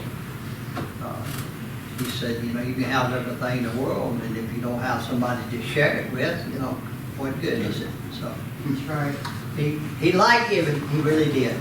He liked, it's like what Billy said, if he bought a motorcycle or horse or car or wherever, he bought everybody of his group. We all had horses. We all went to the Western store and got outfitted. This was our cowboy days. We got boots, jackets, hats, the whole bunch, and went out on the range, on the ranch. Of course, it wasn't just giving to us. No, it was other strangers. It was giving to just total strangers. He heard about this black woman that was paralyzed, but she didn't have a wheelchair. So he bought a wheelchair and gave it to her, and took it and gave it to her. And the couple that were coming from the ranch, the man and woman that he came up, they were trying to haul wood from their home. They had an old truck, and they were hauling wood. Yeah, he had it loaded down, you know, with wood. I guess they had a fireplace. I couldn't tell you for sure, but he had a, you know, good load of wood, and the truck was old, you know, you could tell. And he had a flat, and he had a little air thing. He aired it up a little bit, which was, you know, not very much, but it was up enough, you know. But he couldn't crank it, and Elvis stopped, pulled over, and he said, "Can I help you, sir?" He said, "Well, I don't know." He said, "My truck," he said, "it's quit, and I can't get it started." He said, "But if I," and he had a standing shift, you know, and he said, "If I could maybe get a push," he said, "I think it'd crank." Elvis said, "Okay." He said, "Get in," and Elvis was in the limousine. "I'll give you a push." He said, "Oh no, not with that car, sir. I couldn't, you know, I wouldn't want to dent that car at all. That's beautiful." Elvis said, "Don't worry about it." He said, I can have it fixed." He said, and the guy got in, and Elvis gave him a push to him, and it wouldn't crank. So Elvis couldn't stand it. He said, "Would y'all be uncomfortable riding with me somewhere?" And oh no, because they knew who he was. Oh no, Mr. Presley, I wouldn't mind. Loaded them up in the limousine, him and his wife, and drove them to the Ford dealership, Oakley Ford, and bought him a brand new truck. Wow. And had him drive it back, and he said, "Do you want us to help you load it?"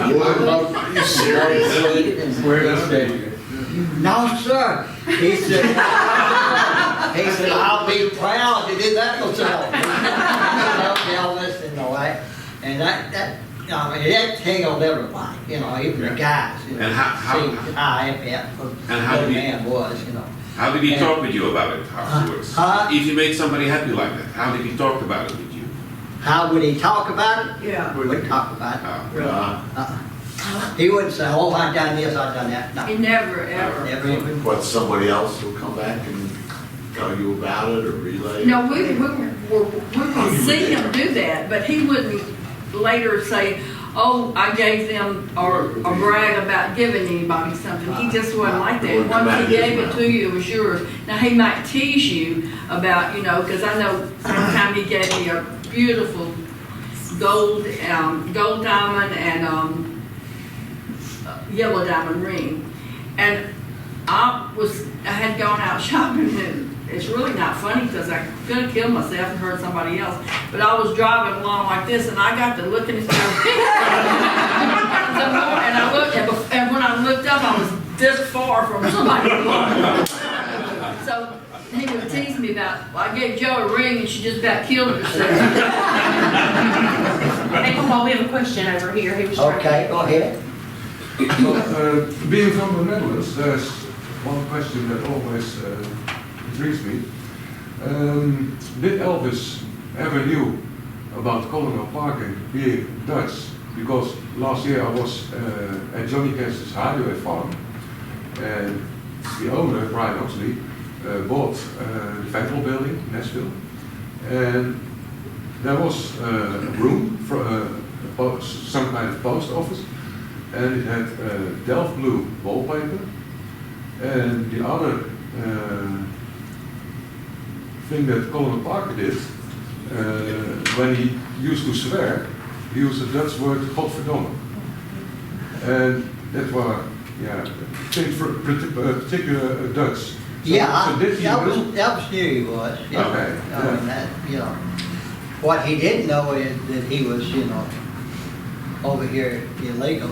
No. Did he know his real name? I don't think so. No, he was from home. because I also heard, I think it was in the early 60s, when there were coming some pictures of Elvis in the newspapers overseas, and with the picture of Elvis, also the pictures with Colonel Parker. His brother in Breda, in the Netherlands, saw the pictures of his brother in the States with Elvis. And the story goes that he went to Las Vegas to pay Colonel Parker a visit. His brother? Yes, his brother from the Netherlands. For a visit. Yeah. He could have. Now, Because they didn't know that he went overseas to the USA. And yeah, when they saw the newspaper, he saw his brother in the newspaper being Colonel Parker, so he took a plane to Las Vegas to talk with him. Yeah, at that time I was not with Elvis. In '68 I had to leave his employment because Joe and my kids, and Danny was, he was getting ready to go to school, and my daddy was, he was real sick too, and so I had to, make a decision. And so I wasn't with him at the time, but it wouldn't surprise me, that sounds like a logical story. But as far as Elvis, knowing he was Dutch, I'm pretty sure he did. I'd like to say, I don't think he knew he was over here, that he had, actually slipped into this country. And of course, that's how he changed his name and all, because he didn't want to be checked up on. He was a smart man. And that was probably the biggest contributor on why Elvis never played Europe.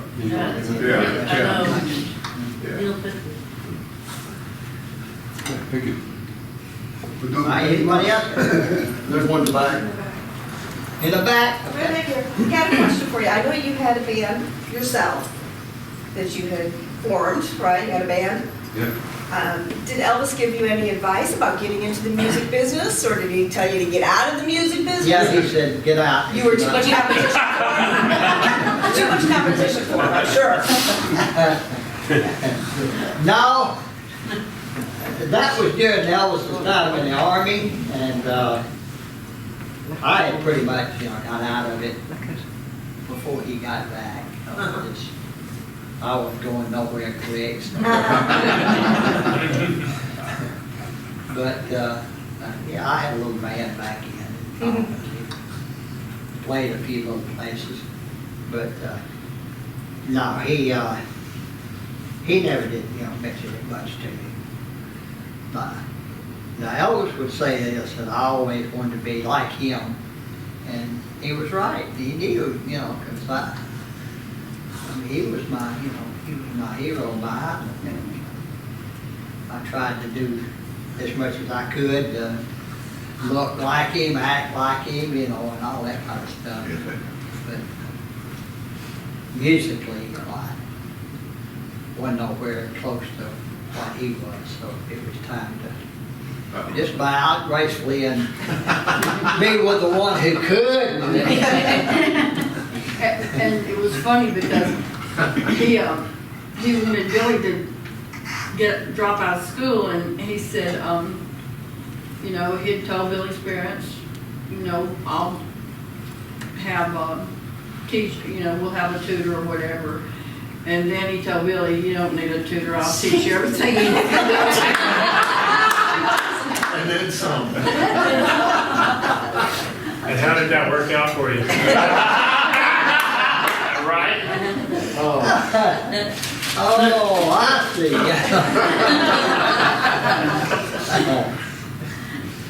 All right, go ahead. Okay, so you guys got to be flies on the wall to the most incredible person in career ever. Is there any celebrity meetings that stand out in your mind that you found yourself starstruck at? Yeah, but none above Elvis. It's like the Beatles, they came to his house, we met the Beatles, and Margaret, you know, Gosh, most all I of met a lot of the them. actresses and the actors that were in his movie. Billy's got a movie star, we call it his movie star book, it's a big thing. He has all the pictures of the people he met being with Elvis and, you know, that were doing, not necessarily in his movies, that were doing movies on the same, at the same studio at the same time. Like, he's got great pictures of Steve McQueen and all autographed to Billy, you know, and he got to meet him, and I didn't get to meet him, but got to meet John Wayne and just all different. What do you think I kept you at home? You know? I didn't want you to meet them. No queen, no. Yeah. But, yeah, I've met so many, you know, famous people. John Wayne, I know, I met him coming out of a commissary. Did he swing the doors? Oh, Lord, he's back. But there was a lot of them, you know, that I got to meet, you know, that I admire because, you know, they were super big, you know, actors or singers, you know, just like Elvis, but none ever took Elvis's place in my eyes, you know, I idolized him, you know, from a kid on, you know. He was the man to me. Cool.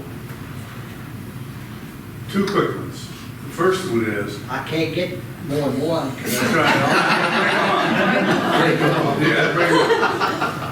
obviously Elvis was born poor. And I know at least one of his group that worked for him was poorer than he was.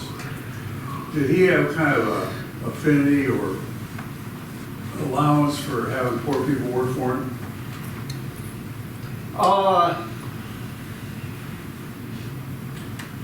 He, like the guys, none of them were well off, you know, none of them. But, same way with the family. When Elvis hit it big, he brought just a whole lot of his family with him. Yes, he did. And they worked for him, you know, his uncles and his aunts and cousins, you know, and stuff. So, you know, he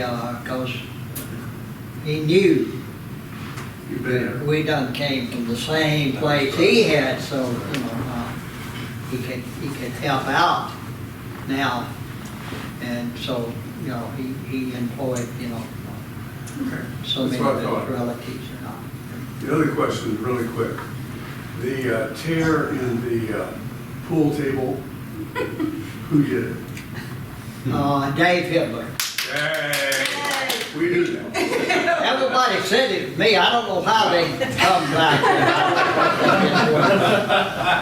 Hang something crazy on me or not. You know, Graceland is told that it was me, but it wasn't. They don't tell you on the tour, and Dave is our friend, and he told us that he did it. Yeah. We wanted to build it. He was going to show us a trick shot. Yes. Yeah, he was. And he said it went wrong. And he actually missed it. And of course, Dave, I wasn't going to say Elvis and all that. But I told Elvis that, you know, I actually told him I did it. Maybe that's why. Why they got the story. But no, Dave is the one that done it. That's good. All righty, here we go. One more question. I know you answered the question in your YouTube channel, but did Elvis ever talk with you about getting married with Jason Oliver? Yes.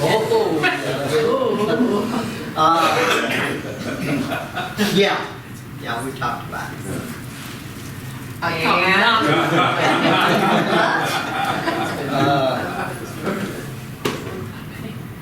He told me one thing and or another, I'm sure. Yeah, because I mean, he'd tell a woman anything she wanted to hear to keep her, you know. Yeah. until I'm sure he got tired, not when she got tired, so he got tired, you know, so.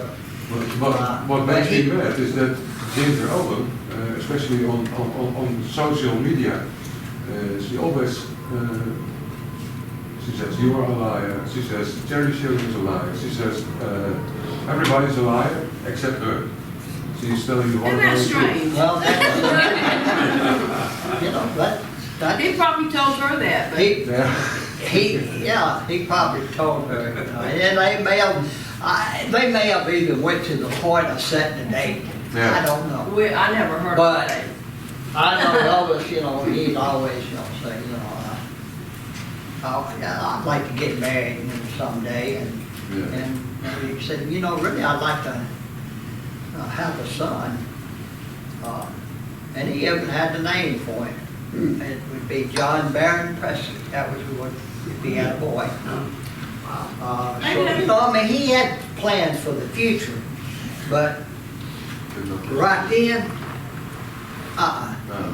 his, you know, his appearances and all that, and his schedule was his life, you know, that was what he, and getting married again, you know, he knew, you know, the first one went bad, and he, you know, wasn't really go down that road the second time.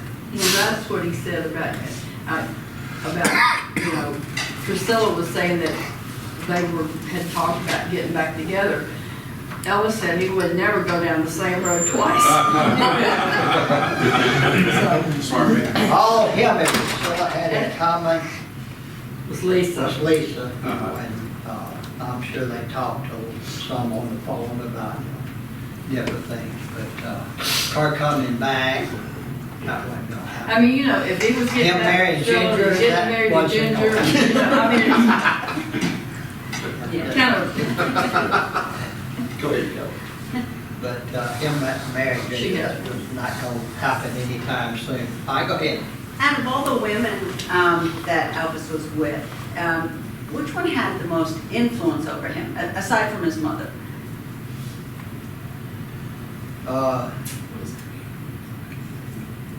None of no. That's what I was trying to figure out. you just, He was his own man. huh? He was his own man. Yeah, he just, Those things. he just, you know, and all that,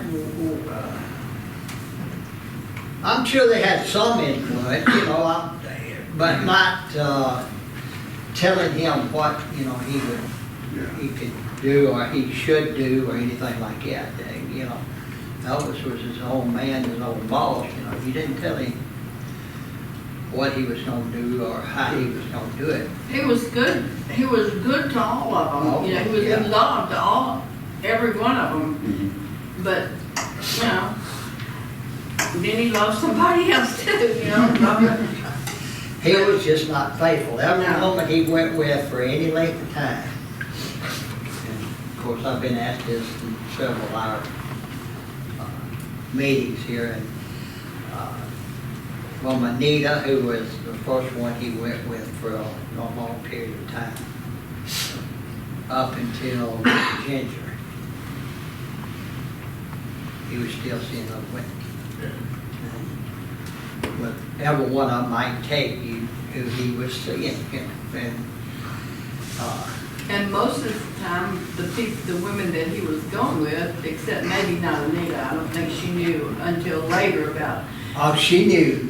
But at that time. But I know when he was going with Linda, he brought Sheila Ryan out to our trailer, just, you know, with his flashlight, pointing out things that he had, you know. And really, yeah, she came there and stayed a few days. In your trailer? She didn't stay with us. She stayed with Elvis. Where was Linda? Linda had gone out of town for something. Yeah, in fact, I think his dog Gitmo. That's right. Had a kidney malfunction or something, so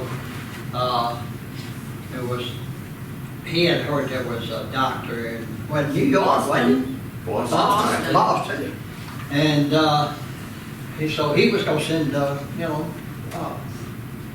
the dog there, and he wanted Linda to take him, which she was always thinking ahead of. And, so, he talked her into and the dog up there, and while she was gone, he was, bringing in other dogs. Other women. Sheila was one of them, And what, showing stuff in your place?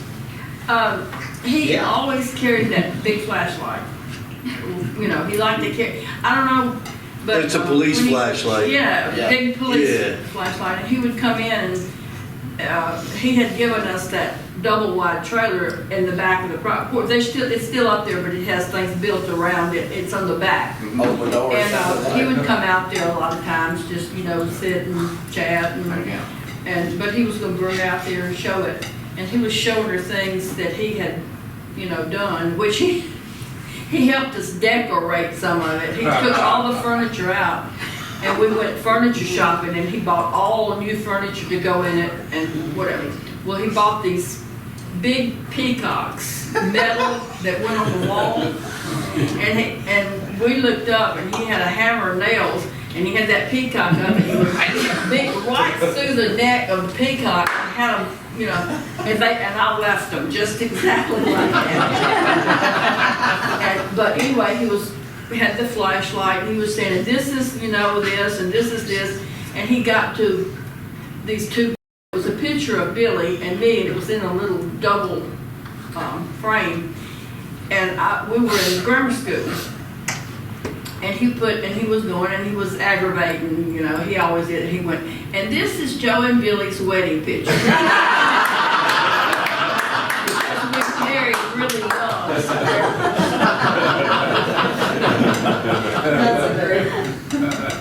But he was a car, he just. We didn't golly. Yeah, it was. Yeah. Go ahead. Do you know why Elvis never performed the song If I Could Dream after the '68 comeback special?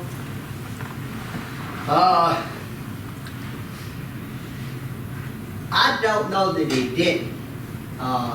He didn't the whole time I was with him. He never sang it again. But from '68 to about '74, I don't know, because like I say, I wasn't in his. We were only there when we come home. So, yeah. And, but, he didn't, the last 3 years, 4 years, that I know of. I never heard him sing it. Which was a great song, it really was. Why, I don't know. Anybody else got a good question? I don't know, it's good, but. Well, make it good. Embellish it. No pressure up, no pressure. I just want to say that I think it's really sad how you've been treated through the years. And I know that the tide has kind of shifted a little bit since Lisa's passing, like Linda's here this year and everything. If somehow EPE all of a sudden wanted to welcome you in and have you do things, and not just you, but others that have been banished through the years, like Mr. Hebler is still alive, and there's not many left, but if the tide shifted and you were welcomed in, would you? I would. Would you? Yeah. Because I do can not you respect imagine Elvis. doing one of the mansion tours with them? I'm gonna get emotional, but with you and Joe as a guide? I would, like I say, if I was asked, I would, Well, I hope that you are finally restored to your rightful place. I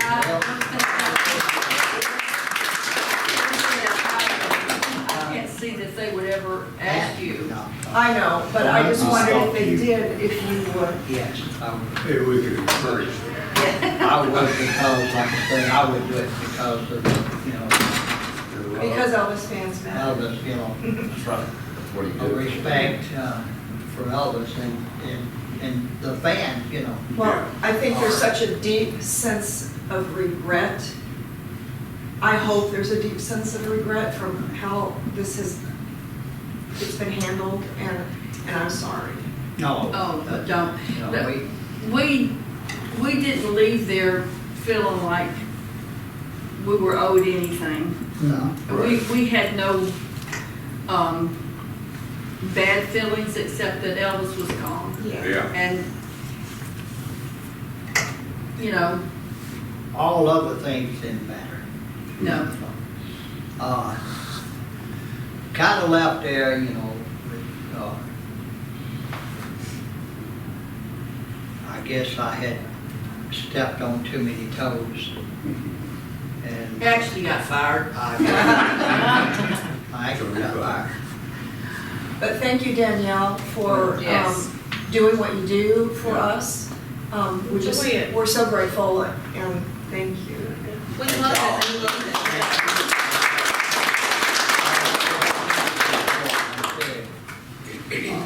I pay for it. But that's why you guys are aces. Everything you just described, you didn't leave there with any No, feeling. we You are don't what have you. any hard feelings. I don't have any hard feelings. No, I do have hard feelings towards some. Yeah. Yeah, It's sure. it's not for that. So many of the things, you know, that occurred, you know, and I couldn't bring myself to actually tell a lie. Right. And a lot of that stuff, you know, Nor was should you. just not the truth. And Right. I just, and of course, you know, the bosses on up, they didn't like that, you know. Right. They had a Now they can script tell what they want to. and, they want you know, and they wanted Billy to stick to the script, and I don't know if you didn't know any different, but it was like to Billy, it was like a betrayal. And he said, I can't say that, that's not true. Right. And I'm not gonna say that. So, they had a couple of buses that were not, you know, tour buses that were not Elvis's.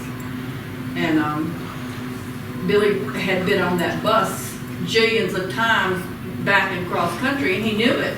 And, you know, one of them, like you said, the bathroom wasn't even on the same side. And he just couldn't, Right.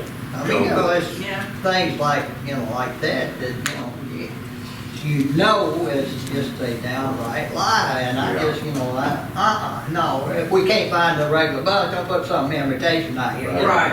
And claim yourself, it's just, it's just not working, so. I don't even. Like I say, we, and things, the way they ran certain things, you know, which was their business, really wasn't really mine, but I just had a hard time, you know, this thing, it don't seem right to me, you know, so, can flop my mouth when I shouldn't sometimes. I did, I flopped it one time to me, and they let it go. You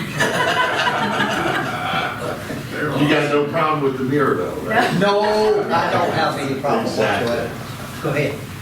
This goes right along the same lines. So speaking of tour buses and stories that might not necessarily be the truth, T.G. Shepherd, a country singer in the 70s and 80s, and he still says this to this day in interviews, you can Google it, that Elvis gave him a tour bus. He did. He did. So he did. He did. That is true. Yes. In fact, that was one of the buses they had. The first bus they had over there was the one he called T.G. Shepherd. Wow. Of course, they were saying it was Elvis's. Yeah. I had the tour guide saying it was Elvis's.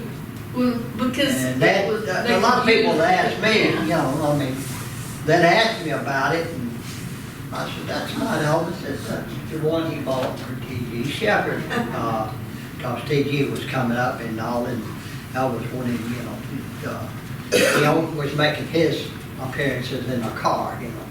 And so Elvis, bought him a tour bus, and that's true. And the other one, I don't know where the hell they found it. It wasn't either. In fact, you know, it had been totally redone inside, you know. And what gave it away was, like I say, was the bathroom was totally on the opposite side. And it was, I couldn't say that was Elvis's, but somehow I knew better.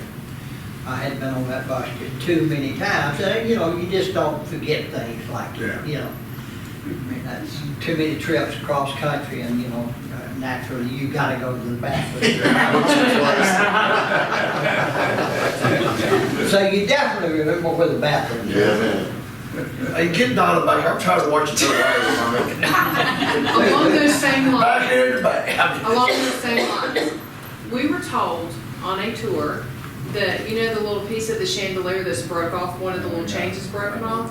We were told that Elvis did it when he was running from the living room doing a karate move. Do you know if that's true or not? But we've also heard that it was actually maintenance people that done it. Oh, sorry. So, I don't remember Elvis ever doing it. really? No. Okay.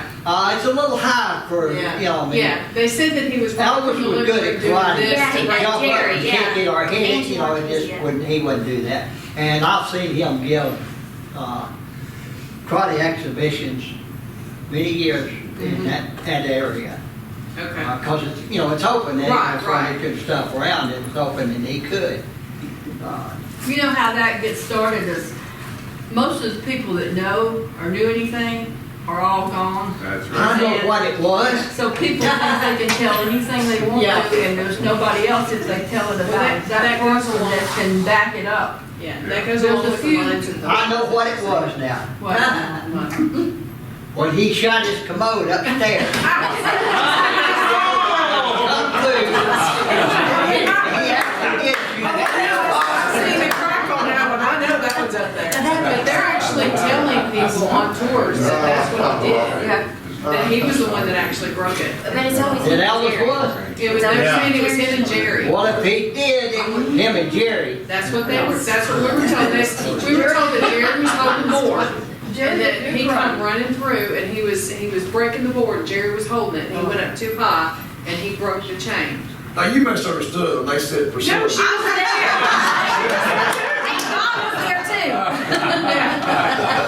Yeah, we were all three there. And they said, Yeah, you hear all kinds of different things. well, we were told. A lot of people. Some more stories have come out in the last Yeah. few years, because like I said, everybody's dead, except us, and we're, you know, 1 foot. We're close. But No, I hope not. it's like a few that I'm not gonna say their names that are out there right now, but, I mean, the more they tell, the bigger and better it gets, and they're always right in the middle of it, and so they weren't even there. And didn't even work there for the last few years. And just a small time in the beginning, but it just amazes us. It's like, pouring water on Elvis to wake him up. Bullshit. Nobody would have done that. They would not have, you know, he kept them going right beside him. You just didn't do things like that to Elvis. And, they were there when he shot the Pantera. They didn't even work for him then. Just all kind of crazy. Well, also, the story about the Pantera was that the car wouldn't start. And when you told it the other day, you said the keys weren't in it. Yeah, Yeah. the car would start. Yeah, Keys wasn't in it. Yeah. yeah, the keys were, I remember it very well, and that's Linda Thompson. yeah, we were there. Yeah. Maybe you guys should do They had a taken the keys out. A lot of the guys would, you know, just sometimes just go out there, you know, just to show out, you know, and get in the cars and drive them and all. And so Uncle Vernon, you know, he thought, you know, that's, because we don't like to keep them, you know, gassed up and ready and all in case, you know, that was. Yeah. But he said, well, I'll stop at. So he had the keys taken out and and give them to Delta, you know, cause, so many times, you know, Elvis would go down and before he'd go anywhere, he might go and see his, you know, his grandmother. And, so that particular night, you know, the keys had been taken out of the car, and he come out, and it's like anything. Didn't really know which car he was going to take. Well, my car was, you know, parked behind him, because I had known when we went out that he was going to take the Pantera. And so when we got out there, Linda had already gotten in, and Elvis got in. And the door flew back, you know, rather hard. Elvis got out, and he told Linda, he said, "Get out." And he cocked that 45, boy, and he said, "Boom!" Well, I was trying to, you know, to kind of relax the situation. I said, wait a minute. He said, "Wait a minute, hell." He said, "What the hell you want?" I said, "I just want to move my car." He came to there again. Because it was a new He said, "Oh, thing to me. He said, oh, "Just he do it was us." done it again." But then he got to laughing about it, thinking about it. But that's what happened. I think Linda will take pretty much the same thing. Because she knew what happened. It was not the car would start, it's just that the keys weren't in it. And he didn't want to wait, you know, I felt it. He got ready to do something, he didn't, you know. There we go. He didn't have time to wait for somebody to run and get the keys. You know. But that's the fact of it. And I swear to you. All right, go ahead. Did you ever feel like your life was in danger being on the back of his motorcycle when he was driving?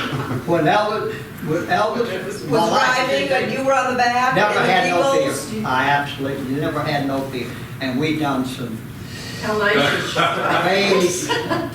But to be honest with you, it's almost, forgive me, but you know, it was almost like it couldn't happen with Elvis. Yes. Maybe that's, Well, you know, it's Wrong way to like he think. was with him so long, from a little, you know, from the time he was born. And then I was like 14 when I met him, and we, you know, grew up. He was like the protector. You just felt like as long as you were with him, you were okay, and you know, do anything. Like, now we look back and think, I wonder how we're still alive. Yeah, but he was pretty good. We went in the, and we didn't even think about it. The one he called the Black Mamba, Ferrari. And we didn't realize it, but Billy can tell you about that. The state trooper, was it a trooper? Oh, yeah. He had just brought it back to Memphis, and he wanted to take us for a ride. So it was me and Joe in the back seat, which was really, really cramped, because, you know, the motor of them is in the back. And Elvis and Linda up front. So we started off and got on I-55. Y'all know where that's at, right? Went all the way down to Hernando, which is about, what, Danielle, about 10 miles. Went down there and turned around, and on the way back, boy, I mean, he showered down on that sucker. And I tell you, I looked out, and the stripes that they got, you know, the section looked like one line. Yes. That's how fast it was. We went by the state trooper, and he got in behind us. Oh my goodness. And he called us at Graceland. He wasn't away, but he said, "Golly, damn," he said, "Elvis," he said, "you know, I could run you in for this." He said, "You know, man," he said, Elvis said, I was over in the morning, you know, like 2 or 3 o'clock in the morning. He said, "I wasn't nobody out there," and I didn't think about, you know, he said, well, when you went by me, all my radar just went, and he said, a lot of times I go, and you go by. And he said, that one there, boy, didn't even have time to register. And he said, you know how fast he was going? I said, no, I was going pretty fast, I know that, 160. So we were cutting the trail and he didn't have it all the way down. Yeah, I don't know how fast their cars are on, maybe 180. But, I never thought about it. I mean, you know, we could have been. We lived on the edge. I mean, it could have been a disaster then, you know, but we, wasn't scared to try to buy anything. Was that right here on the 55 on the way back? That was the 160? But back then, you know, there wasn't quite as much, Traffic and all. I thought you were going to say 160 wasn't like 160 today. No, I got a vehicle that might do 60. With a good wind behind you. Yeah, you can tell when it's So what was life like for you guys after his passing? Was it a big adjustment for you guys, or? Oh, God, yes.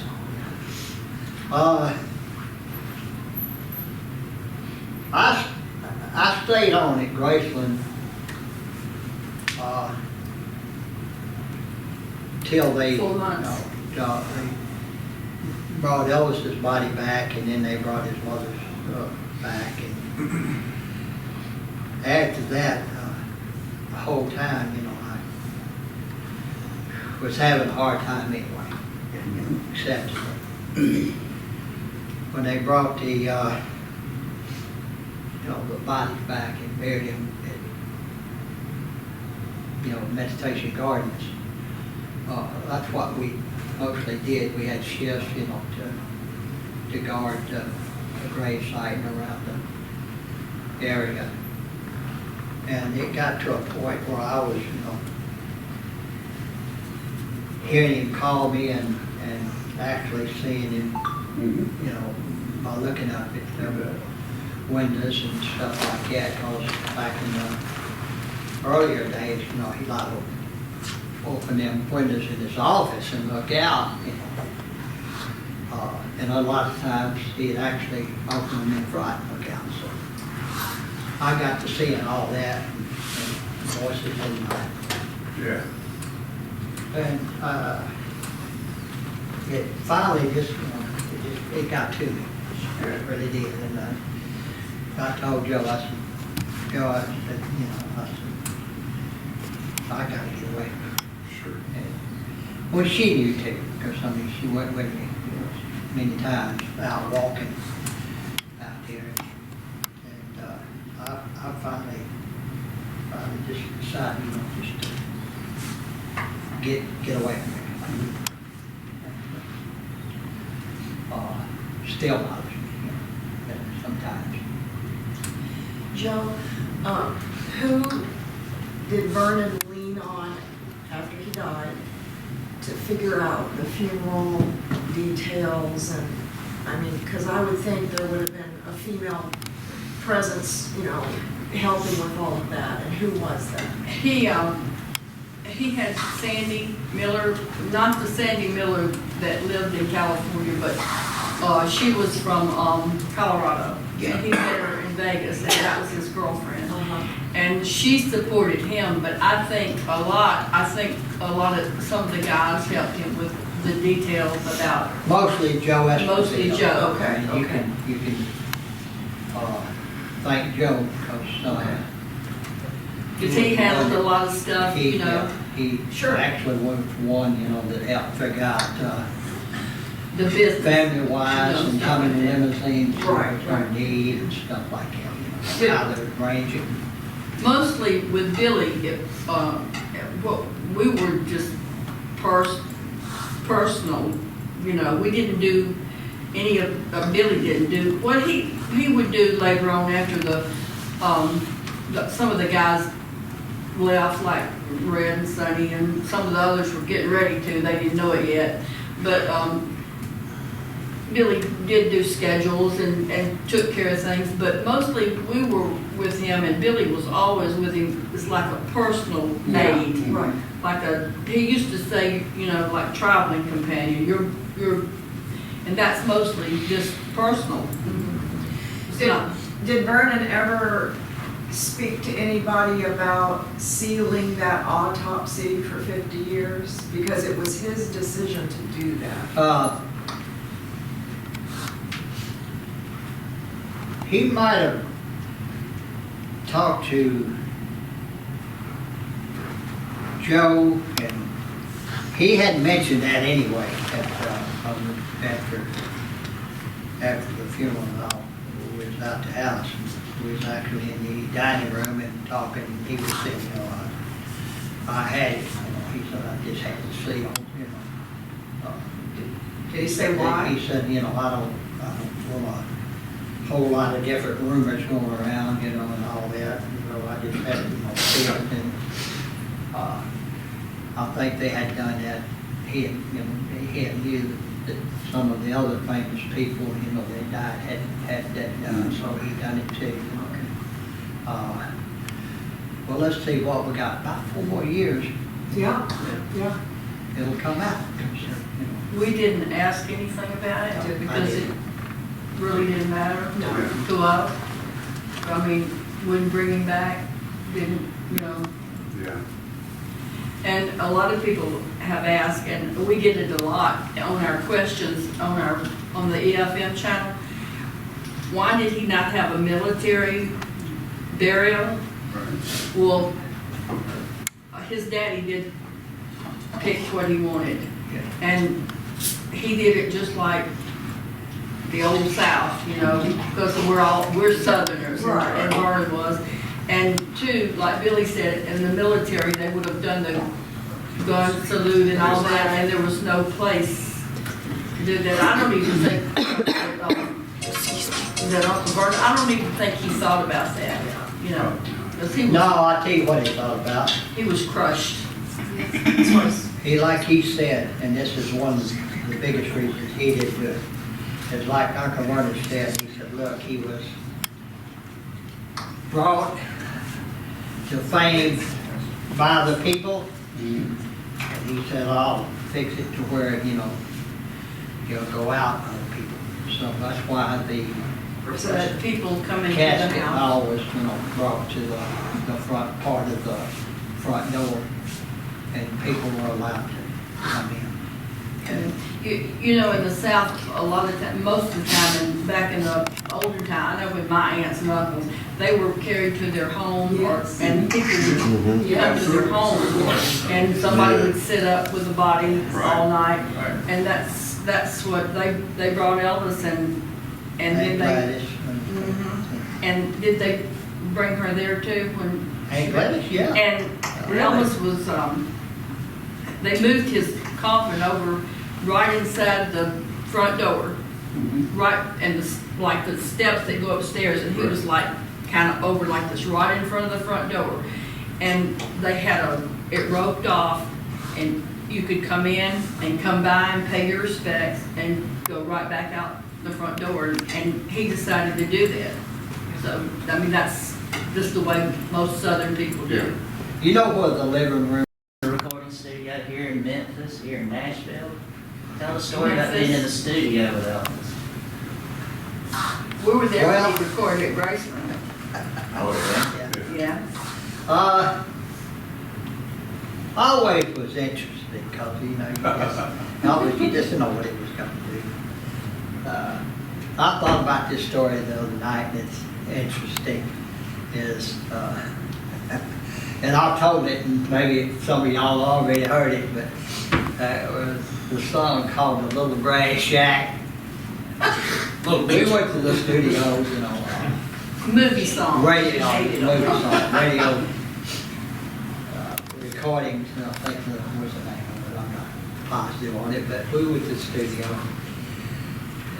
He hated that song with a passion. Likely never got through it, boy. I mean, a lot of times he'd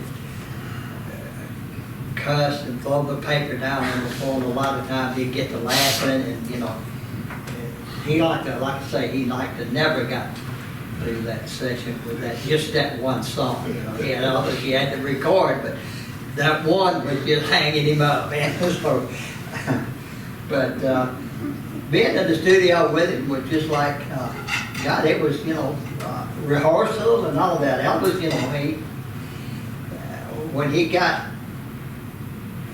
silly, you know. I mean, he just, I guess, to work his way into it or whatever, but, you know, he would have the band laughing and everybody else playing, you know, and then they'd all get crazy and play off tune and everything else, you know. You never know what was going to happen. And he'd get the clowning around, and but when he got down serious, I mean, right through it was just as smooth as silk. He was so gifted musically, you know. And most of the time, it didn't take him long.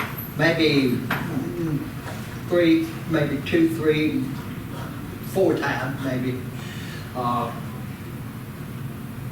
He would listen to it back, the playback, and once they had the playback, he would listen to it. Now, he might have to record it again because he would say, "Oh, wait a minute, I want maybe the voices here, or let's add an instrument here," you know. And yeah, that's what he was. I know that. Just a quick one, I've thrown this out there before, and I'll tell it again.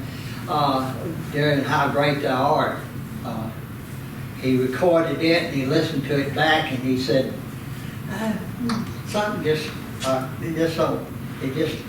it's not exactly what I want. So he studied a while, he finally said, I know. He said, I need some drums. He said, you know, especially when, you know, I hear the rolling thunder. He said, I want that. You know. Awesome. So they brought in, I think they call them kettle drums, I'm not sure. But anyway,